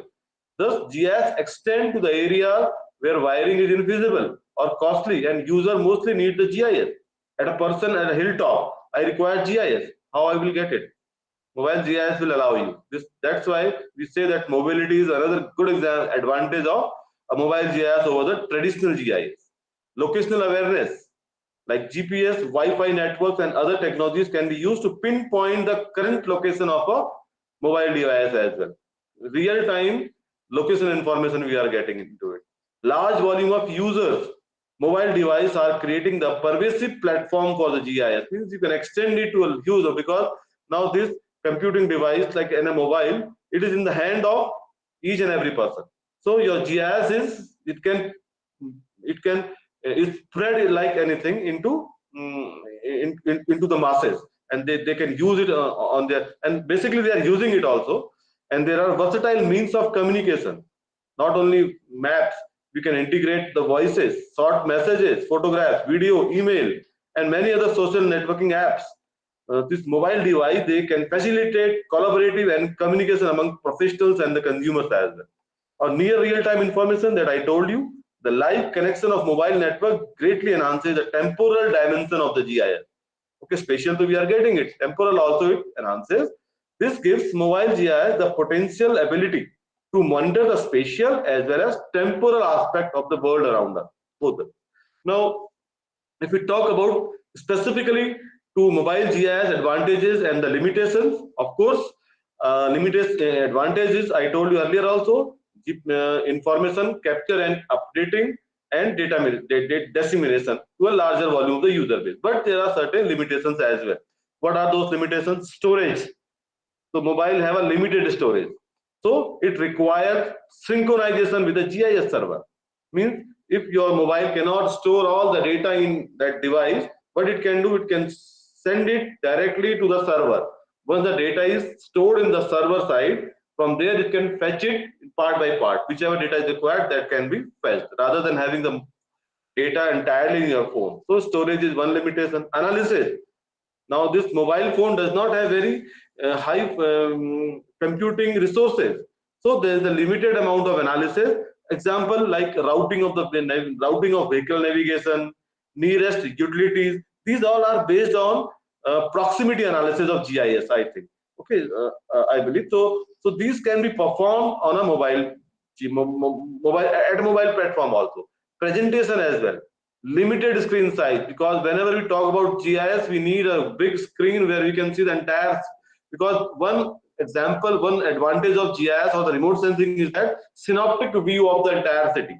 So of course that is not very much possible in your mobile device. So that is a limited screen size and color depth. So this is one. These are some of the limitations of a mobile GIS based application. Now let us see some advanced applications of mobile GIS. So we have location-based services. So these are the services offered through mobile device, and they basically provide information of or the entertainment. Example, if you see it over here, uh, uh, you can enter an area or get close to a point of interest. The mobile app on your phone knows where you are and push the information to you about this point of interest. Suppose you are at this point, so you can have a proximity analysis over here. At what utilities are at a distance of 5 meter, what utilities are at a distance of 50 meter, at a 20 meter, or at a 300 meter. So, let us take one example of a boy, some accident is happening in the ground. Okay, from there you want to take that the affected person, to a nearest hospital. So your mobile GIS will allow you to locate the nearest hospital as well as the shortest path. Okay, both the things are there: the hospital nearby and which is the shortest path to reach that hospital. So these one example of a location-based services that can be done through this mobile application. That is one of the application of a mobile GIS. Similarly, volunteer GIS, or VGI we also call it. It was termed in around 2007 when the user generated content in the geospatial field. Earlier it was a static web. After 2000, somewhere it came around Web 2.0, where the users can also generate the data on the internet. So from there itself, that coin was this word was coined by the name called VGI. It is often reported using a mobile device. So where various navigation and traffic apps, for example, they collect the VGI about the highway traffic, accidents, police car, locations that mobile users contribute voluntarily. How it is becoming volunteer actually? It is like that your internet is on your mobile phone, and you are moving somewhere and your internet is on. So voluntarily you are giving your location to some apps as well. For example, Google. So whenever you see that there is you are moving, you want to move from one place to another and you want to see the traffic, how come Google is able to show you the traffic? It has not installed any sensors on the road.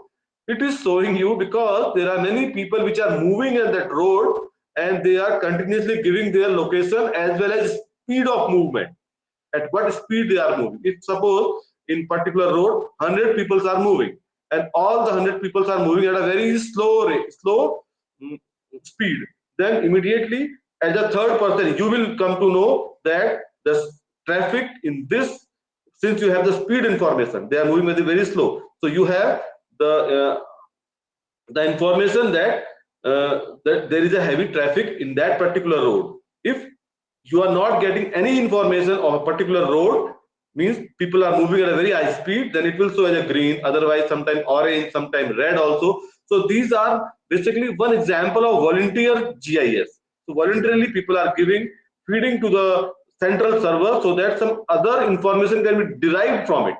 Okay, so that's why. So other examples of VGI includes georeference tweets people are collecting by the tutor, or georeference photo uploaded to the Flickr. It also have the crowdsourcing as well, in which the citizens are acting as a sensor. You are yourself as acting as a sensor. So why? Because I have this device in my hand. So, and this device is having an internet connectivity. It has some other sensors also, and all those are on. Okay. So once it comes to my hand, I become a sensor as well. So this new term is coming up now, citizen as a sensor. Okay. Now we can see the possibility, what kind of application. Once you know that every citizen is becoming a sensor, now you can see what kind of application you can derive from it.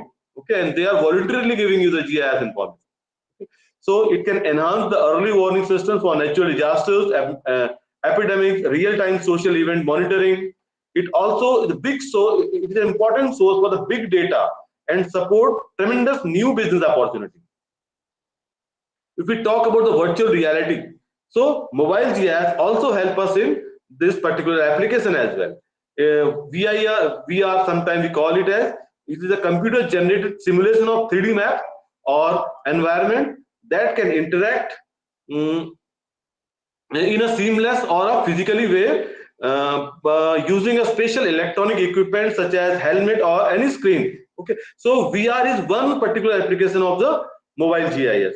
So if we talk about the important component, that is AR, that is where the strength of mobile GIS will, you can just see it here.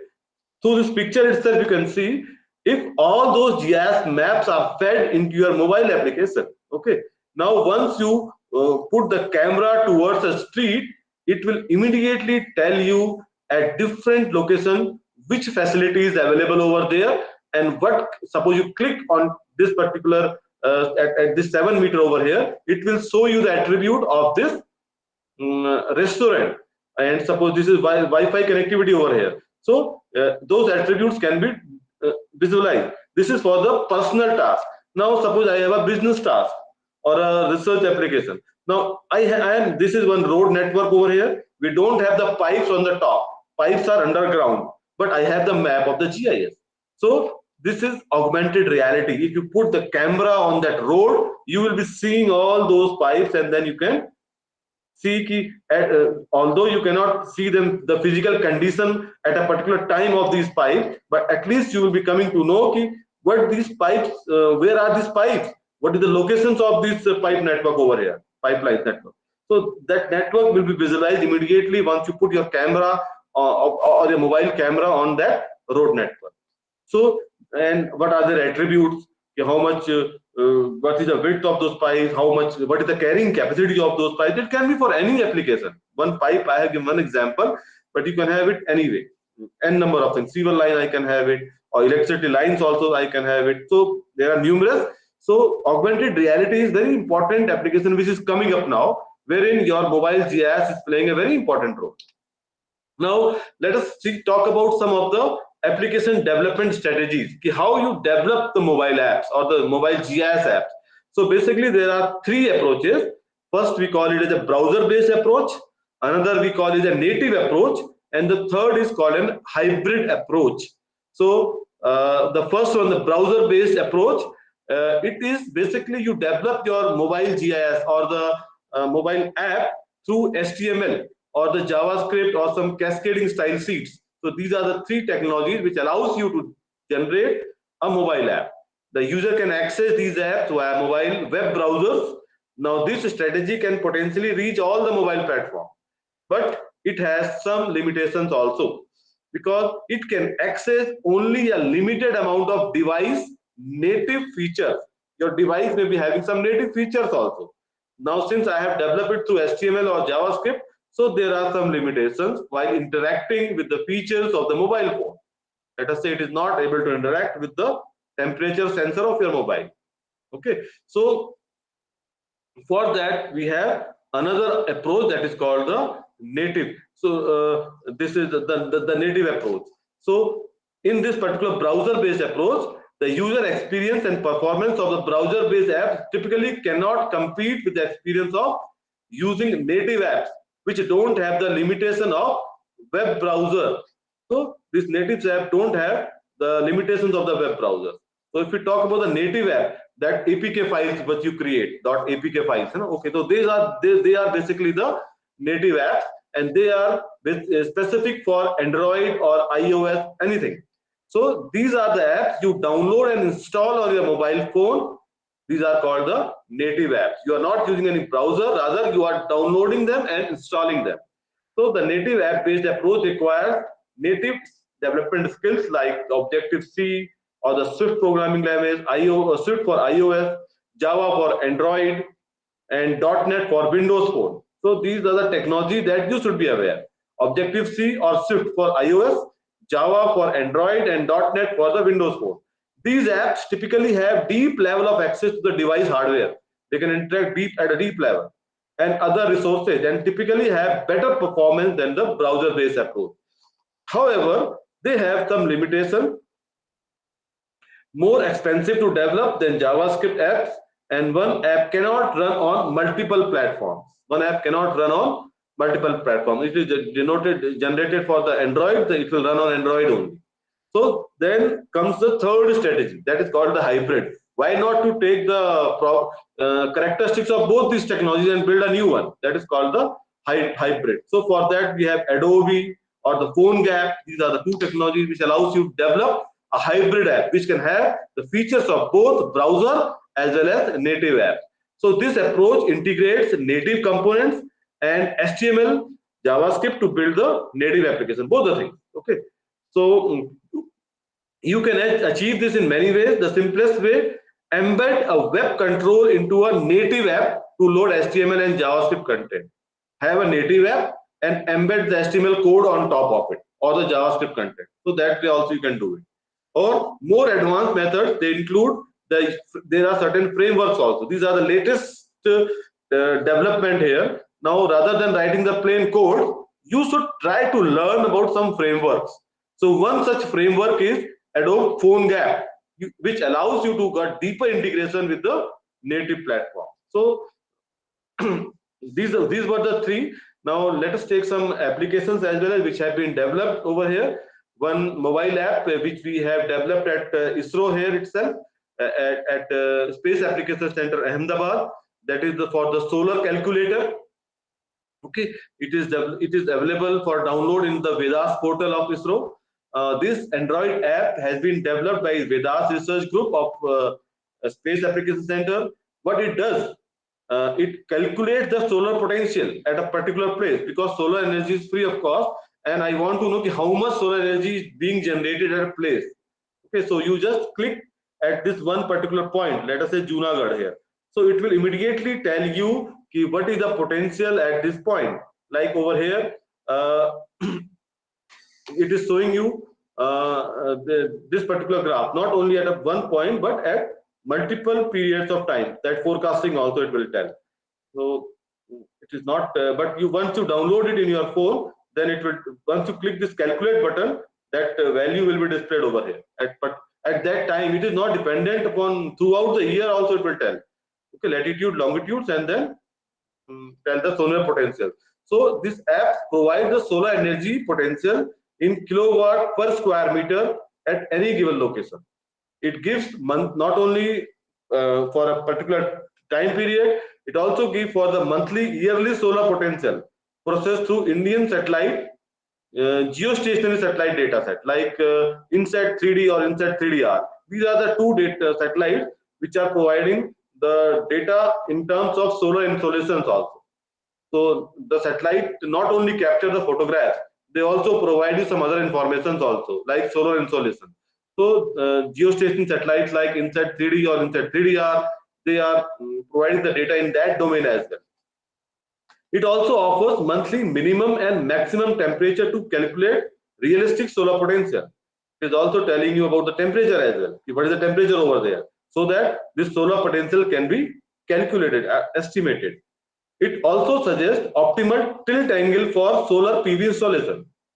This particular app, it will also tell you what should be the tilt angle of that device which is being installed for the solar power potential, or for capturing the solar energy over there. Photovoltaic installation, we will say it. So download, you can go to the download section of this Vedas portal, vedas.sac.gov.in, and from there you can download it. Another app which is developed by another ISRO center, that is Bhuvan mobile app. It is the locate. We can say it as a locate. You want to locate yourself. So this application provides real-time navigation and location tracking, along with finding the routes table for the users. It provides location tracking. The user can click the location icon to track and show the user's location on the app, and along with the address of the location. Real-time navigation can be performed, as well as routes you can find out. The user can select this option from the checkbox and enter the destination address to view the route tab, along with the estimated time and distance to reach that place. Although you get it through Google, but as a mobile app, it is available in Bhuvan Geo portal as well. Apart from that, there is another application that is called Bhuvan POI, Bhuvan Point of Interest. Suppose this application provides real-time navigation and allocation track and the location tracking, along with finding the route for the users. What it does actually, locate recording, location recording, geotagging of the data collection, and geotagging of the photographs as well. So these are the basic three tasks. Now here, if we talk about the photographing, the user can select this option from the checkbox and enter the destination address to view the route table, along with the estimated time and distance to reach it. So along with the photographs, you can do it. Now I will give an example, one which we have developed at IIRS, at Indian Institute of Remote Sensing, along with NRSC Hyderabad. This was disaster reporting a mobile app. So an example, just I want to appreciate, I just want to see the strength of these mobile apps as well. If you see it here, during that 2013 disaster in Dehradun, in Uttarakhand region, in that Kedarnath region of Uttarakhand, so there a disaster happened, and a lot of damage was done. Damage occurred in that particular area, in the Uttarakhand region, in the Kedarnath or the Badrinath region over there. Now for that, later, once that damage happened, now next time the reporting of the damage, how much damage has happened. So for that, a mobile app was developed, basically to locate or to assess how much damage has happened. So for like damage to the building or the infrastructure, damage to damage to the roads, bridges, culverts, other infrastructure, landslides, river bank erosion, damage to the land cover and natural resources, and some point of interest also. We follow the same architecture here. You have the mobile app, GPS, and the GSM and GIS as well. So this kind of this was the interface of that mobile app. So here, from this particular one option, choose one. So suppose you are at a one particular place and you are seeing that there is a landslide over there. So that landslide, you can select it from here, collect the data, and then send it to the Bhuvan server. So within, I was telling to you that mobile GIS is in the hand of each and every person. So within 1 month itself, we were able to collect around 9,559 points. So it increased the speed of that data collection as well. So immediately, in a very less time, the assessment of the damage was performed, and once these damage data sets were collected, then we further performed the analysis of these from these data sets, from a GIS analysis, like what are the reasons, or what are the risk zones or the disaster affected zones based on the density of those points. So if you see it here, we have classified them into low, very high, and medium and high density points. So if you see it here, these are some of the regions which are blue color. They are the low density, and then high density. This is the red portion over here. So you can immediately see at this particular location we have very high density. So how we could perform it, because we have such a huge data set. Once the data set came to the GIS server, so there we perform the further GIS analysis, okay, to assess, to perform some scientific study out of it. Okay, so here if you see the statistic analysis, it shows from the flooding around 28%. Similarly, for the landslide, some other sources, some subsidence, river bank erosion. So these were some of the analysis that was performed using this mobile app. And apart from that, one more application we have, that is called the Amrut. For this is for the this application provides geotagging and attribution of the asset identified under the Amrut program of Government of India. So this is being utilized for mapping of the like you have heard about the smart city planning. Okay, so survey, edit the data, view the data, and upload the data to the server in the real time. So that is one example. So now when it, having known about all those things, now it comes to our mind directly how we should do it, how we can use these mobile GIS, okay, or how do you perform those mobile GIS. So there are numerous platforms are available. Some of them are listed over here, like one we have from the ArcGIS as well, by the name called Collector. It is an ISTAR product, but it is all for Android, iOS, Windows platform. In all the platforms it will work. It have offline and online operations. Both you can perform. Line, polygon, and point features can be done. It has a connectivity with ArcGIS online server as well. It is free, but it requires the ESRI institutional account. Okay, so some part of it is free, but you require an ESRI institutional account as well. Similarly, we have a Mapit Spatial, another mobile app. Okay, that these are the platforms which can be utilized for this mobile GIS. So this is again proprietary, and it requires a yearly subscription. It has the base maps like Google Map, OSM, Bing Map, or the ESRI. Or apart from that, it also have OGC Geo Package Encoding. These are the Open Geospatial Consortium Geo Package.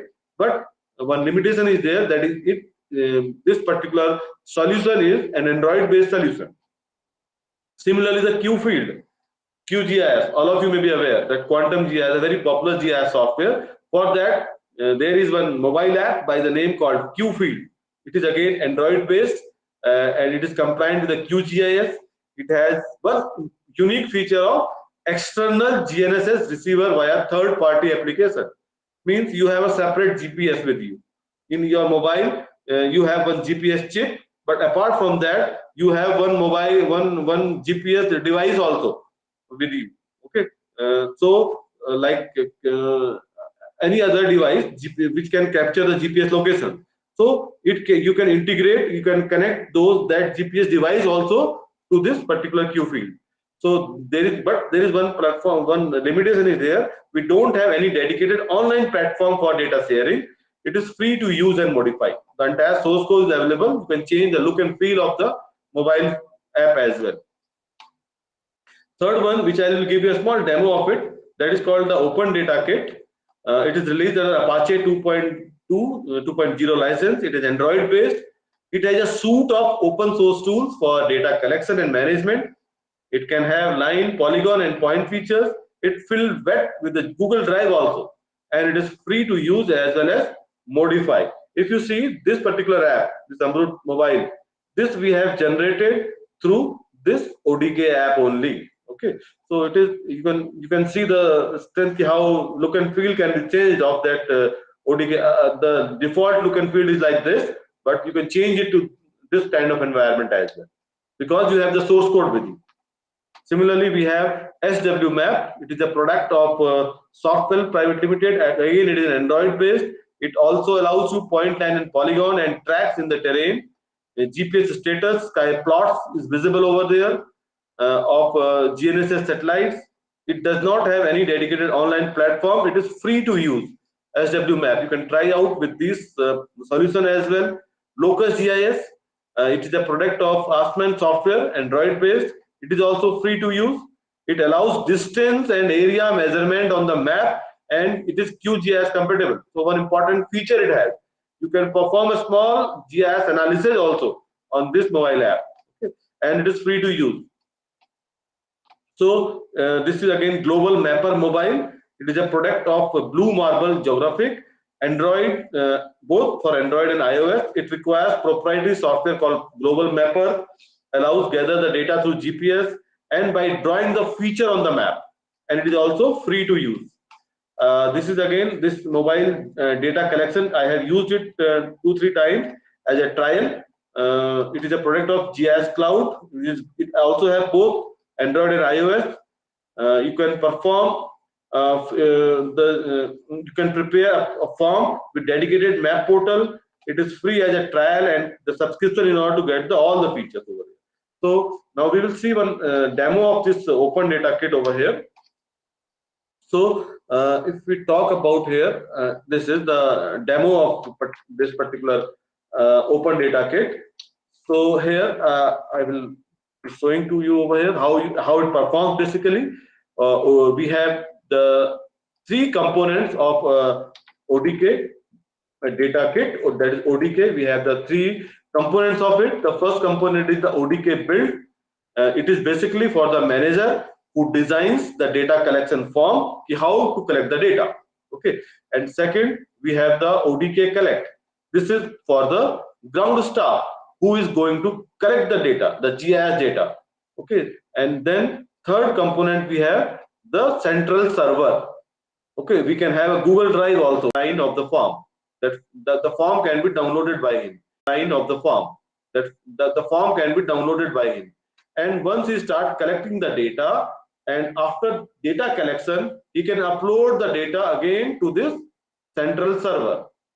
And once the data is uploaded to the central server, the analyst, he can visualize the ground data. He can receive the ground data and perform different sorts of visualization or analysis in the cloud itself. Okay. So what I will do, let us try to build one small form. This first task I will do, and second task also I will be trying to do, and third ground staff, that also I will tell you how to do that one. Okay. So if you see here in this ODK, for the manager, the name of that tool is ODK build, and the name of the other tool is ODK collect. Okay, just I will take few more minutes for this also. Let us go to this first component, that is called ODK build. Let us design the form first of all. Okay, how to design that form. So if we go to here, if we say ODK build, ODK build, ODK build, I will just increase ODK build. Now in ODK build, so if you see here, this first it will come as ODK build. Click it here. You try it. You can also try it later on. First, just see it over here.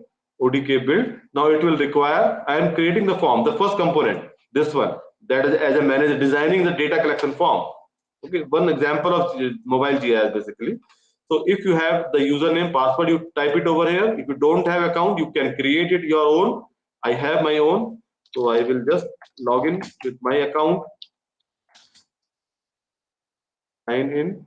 So once this form is created, this dashboard will come to you.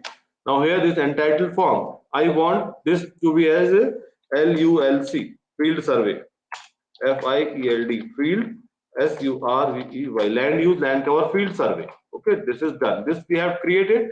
Now I require some fields. What kind of data? I want the point data basically.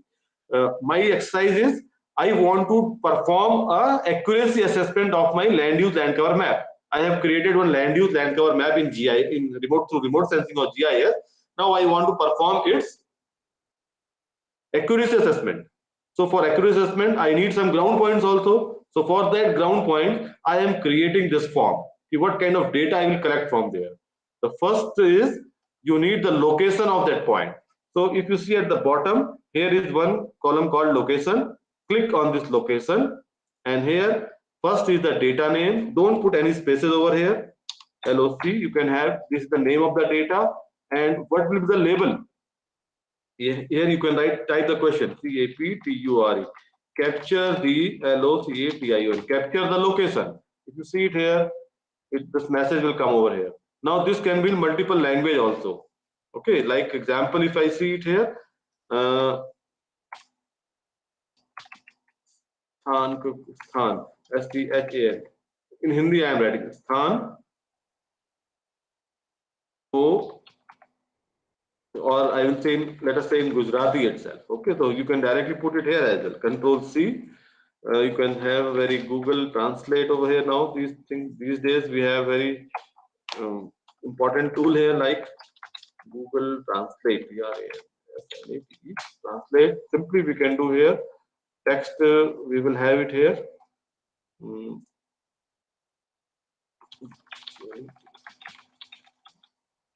Translate. I will type it the text over here. Current capture location, and then here I can have like let us say Gujarati. Okay.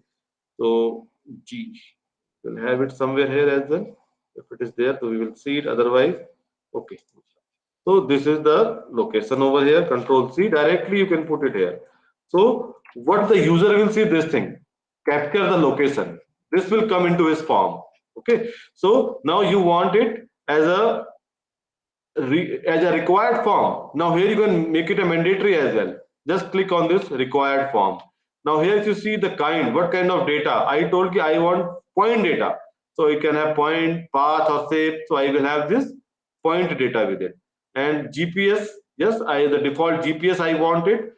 And this is your first question. Second question, now once the location is noted, now you want key how much what is the land use over there. Suppose you have some 5 classes, so out of those 5 classes what you are seeing in the field, so we can have choose one. So here we can say LULC, and here select the LULC class seen on that you see on the ground, that you see in ground,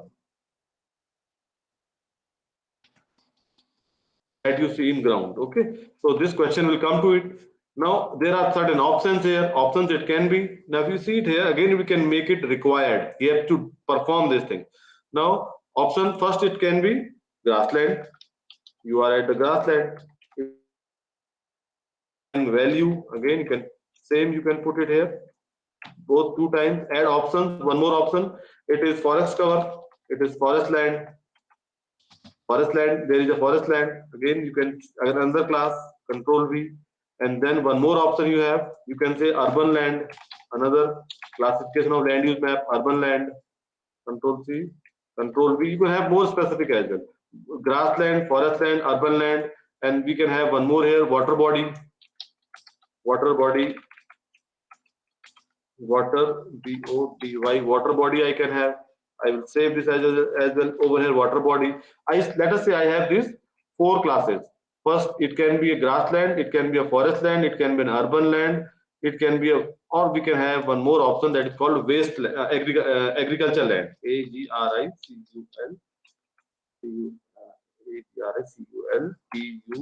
agriculture land. Okay, agriculture land, and then Control C, Control V, agriculture land. So this option it will come to him as a selection. He can select it. Okay. So 5 options will come to him, and then he can select any one of those options from his mobile phone. So if we say another question now, 2 questions we have put it here. Location. We have the classes also, and then we can have media also, the photograph. Okay. So here we can have photo as well. Now here we can say the label is CAPTURE. Capture the photo. Capture the photo here. I can have an image. Then image only. It is also required. So all these 3 are the mandatory fields. One more field we can have it. The field is temporal dimension to it. On which date you have collected the data. Okay. So we have date and time also. We can say a date and then record the date. Record the date. Select the date. It will give you the calendar. Select the date of data collection.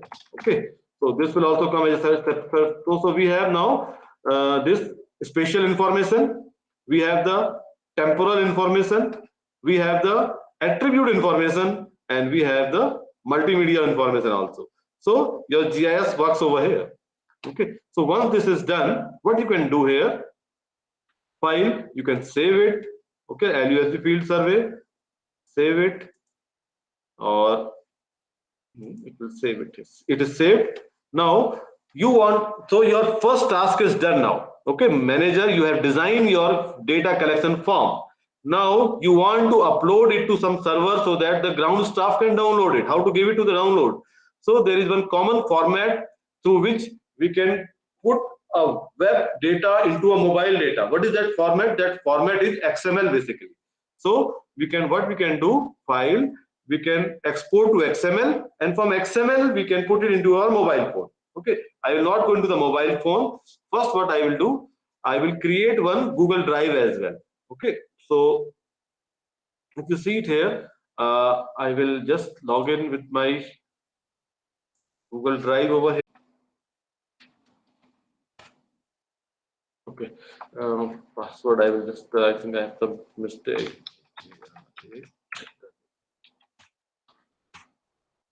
Okay, to leave it, I have another Google, already it is logged in over here. So if you see it here, I will just go to this place over here, and then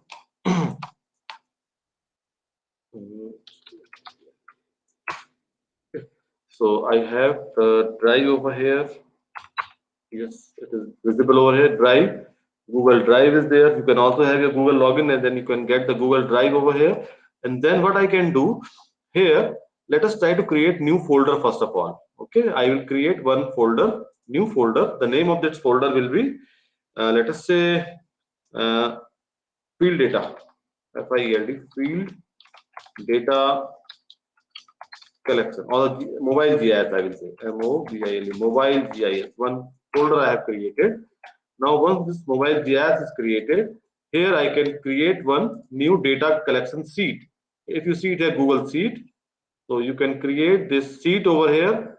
You just give a name to it. Here we can change the name of that field, that is LULC. Any name you can give, LULC survey. LULC survey, you can write it here. LULC survey, any name you can give. Now, once this is created, what you can do it here, you can share it, share, and then I will say not restricted. It is anyone with this link, and it should be an editor. Okay, because somebody has to write something over here. Once it is editor, now the copy the link. This link I have copied.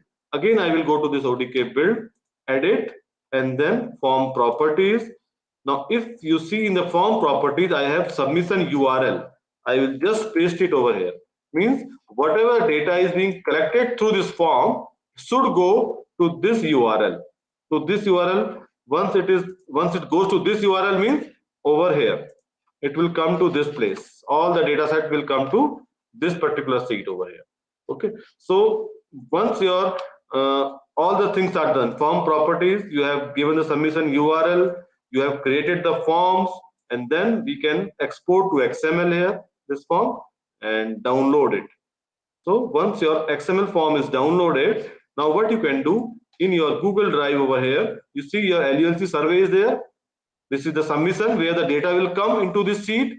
Now you want the data, the form which the user can download from here. So I will upload something new. We will say file upload. You see it here in downloads. I have download. This is your LUSD field survey.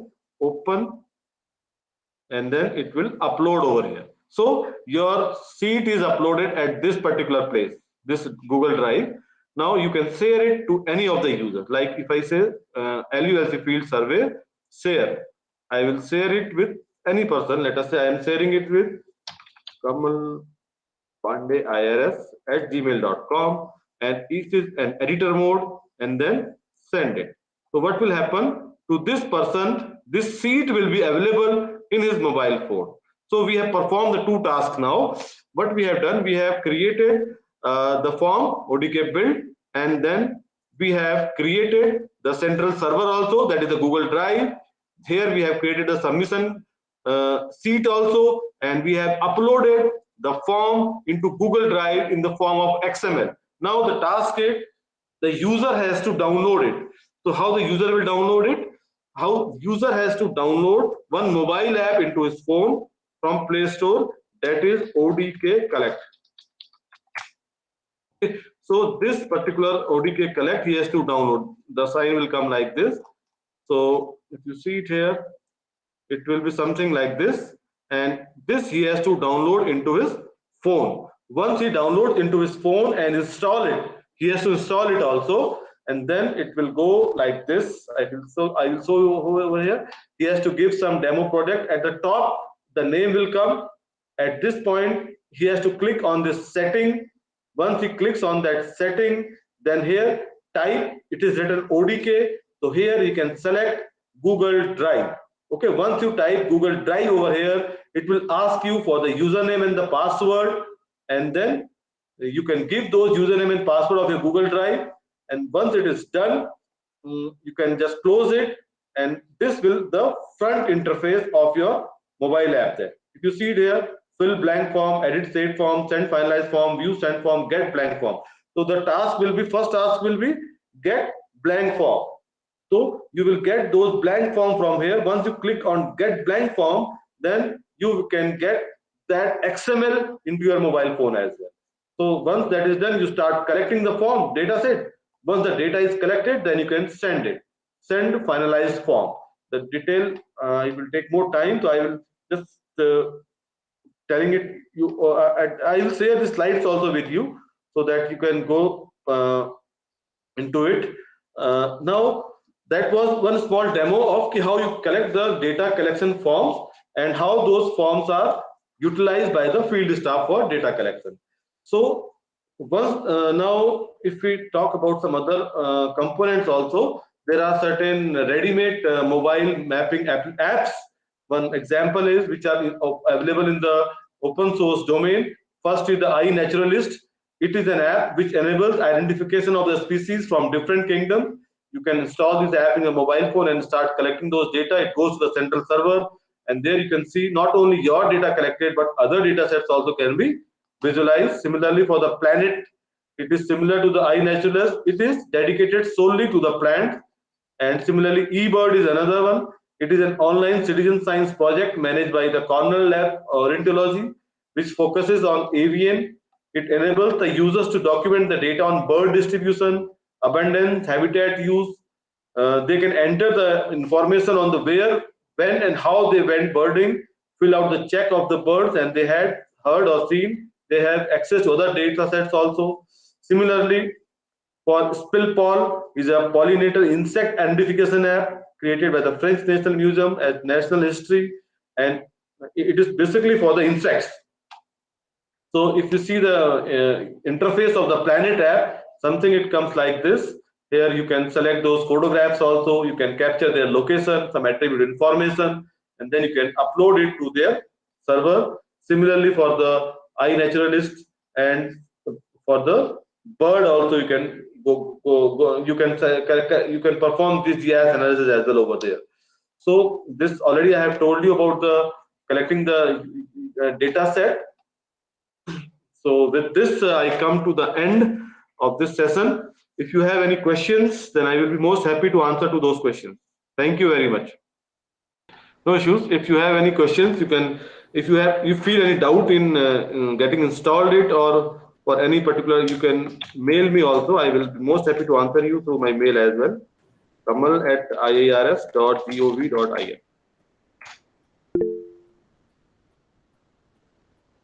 I believe. Yes. But I will ask them, the users, to at least to download this Vedas from that solar calculator from the Vedas, as well as that Bhuvan POI. These are the two apps which will be very useful for them. Sure, students will download and helps us. Thank you very much, sir, for focusing on integrated technology, GIS, and mobile technology. This session covers variety of GIS applications using mobile technology. Crowdsourcing data is a most emerging field in the business, marketing, and planning managements. Sir, you covers ODK app development and its presentation is a fabulous, and you also add the flavor of Gujarati language, so it is the most helpful to students. These sessions will more inspire to all GIS students to collect the data from field with mobility and booster a career. Now I hand over my sessions to my colleague, Miss Akanksha Verma, for vote of thanks. Akanksha, to you. Good afternoon, all. As all good things come to an end in the seminar, on the behalf of ISTAR, I take this opportunity to propose vote of thanks to those who have directly or indirectly contributed to this seminar. At the outset, I would like to extend my heartfelt gratitude to our esteemed guest, Dr. Koyel and Mr. Kamal Pandey. We are really enlightened with your knowledge and presence. Sincere thanks to Dr. Sashikant Sharma, Secretary of ISG and ISG Executive Council and Chairman CVM University, Dr. PM Udani, ISG Chairman, and Dr. Himanshu Kapse, Secretary of Vidyanagar. I would specially thank our Director, Sir Dr. K.H. Patel, for his support and confidence in us and the guiding for our very new step forward. I would especially take this opportunity to express my regard to our coordinator, Mr. Kunal Suthar, for being constant source of motivation and guiding force in the field of our education. My deep sense of thanks and appreciation goes to all the participants who were live with us and attended the webinar with great enthusiasm and made it great success. Thank you for all very much being with us today. I wish you all the best on the behalf of ISTAR for your future endeavors. Thank you. Thank you, Akanksha. Thank you, Kamal sir. Thank you. Here we conclude the sessions. Thank you for Okay. spending your spacious time for the students and us. Thank you, sir. Thank you, all Thank the participants. Okay. Thank you.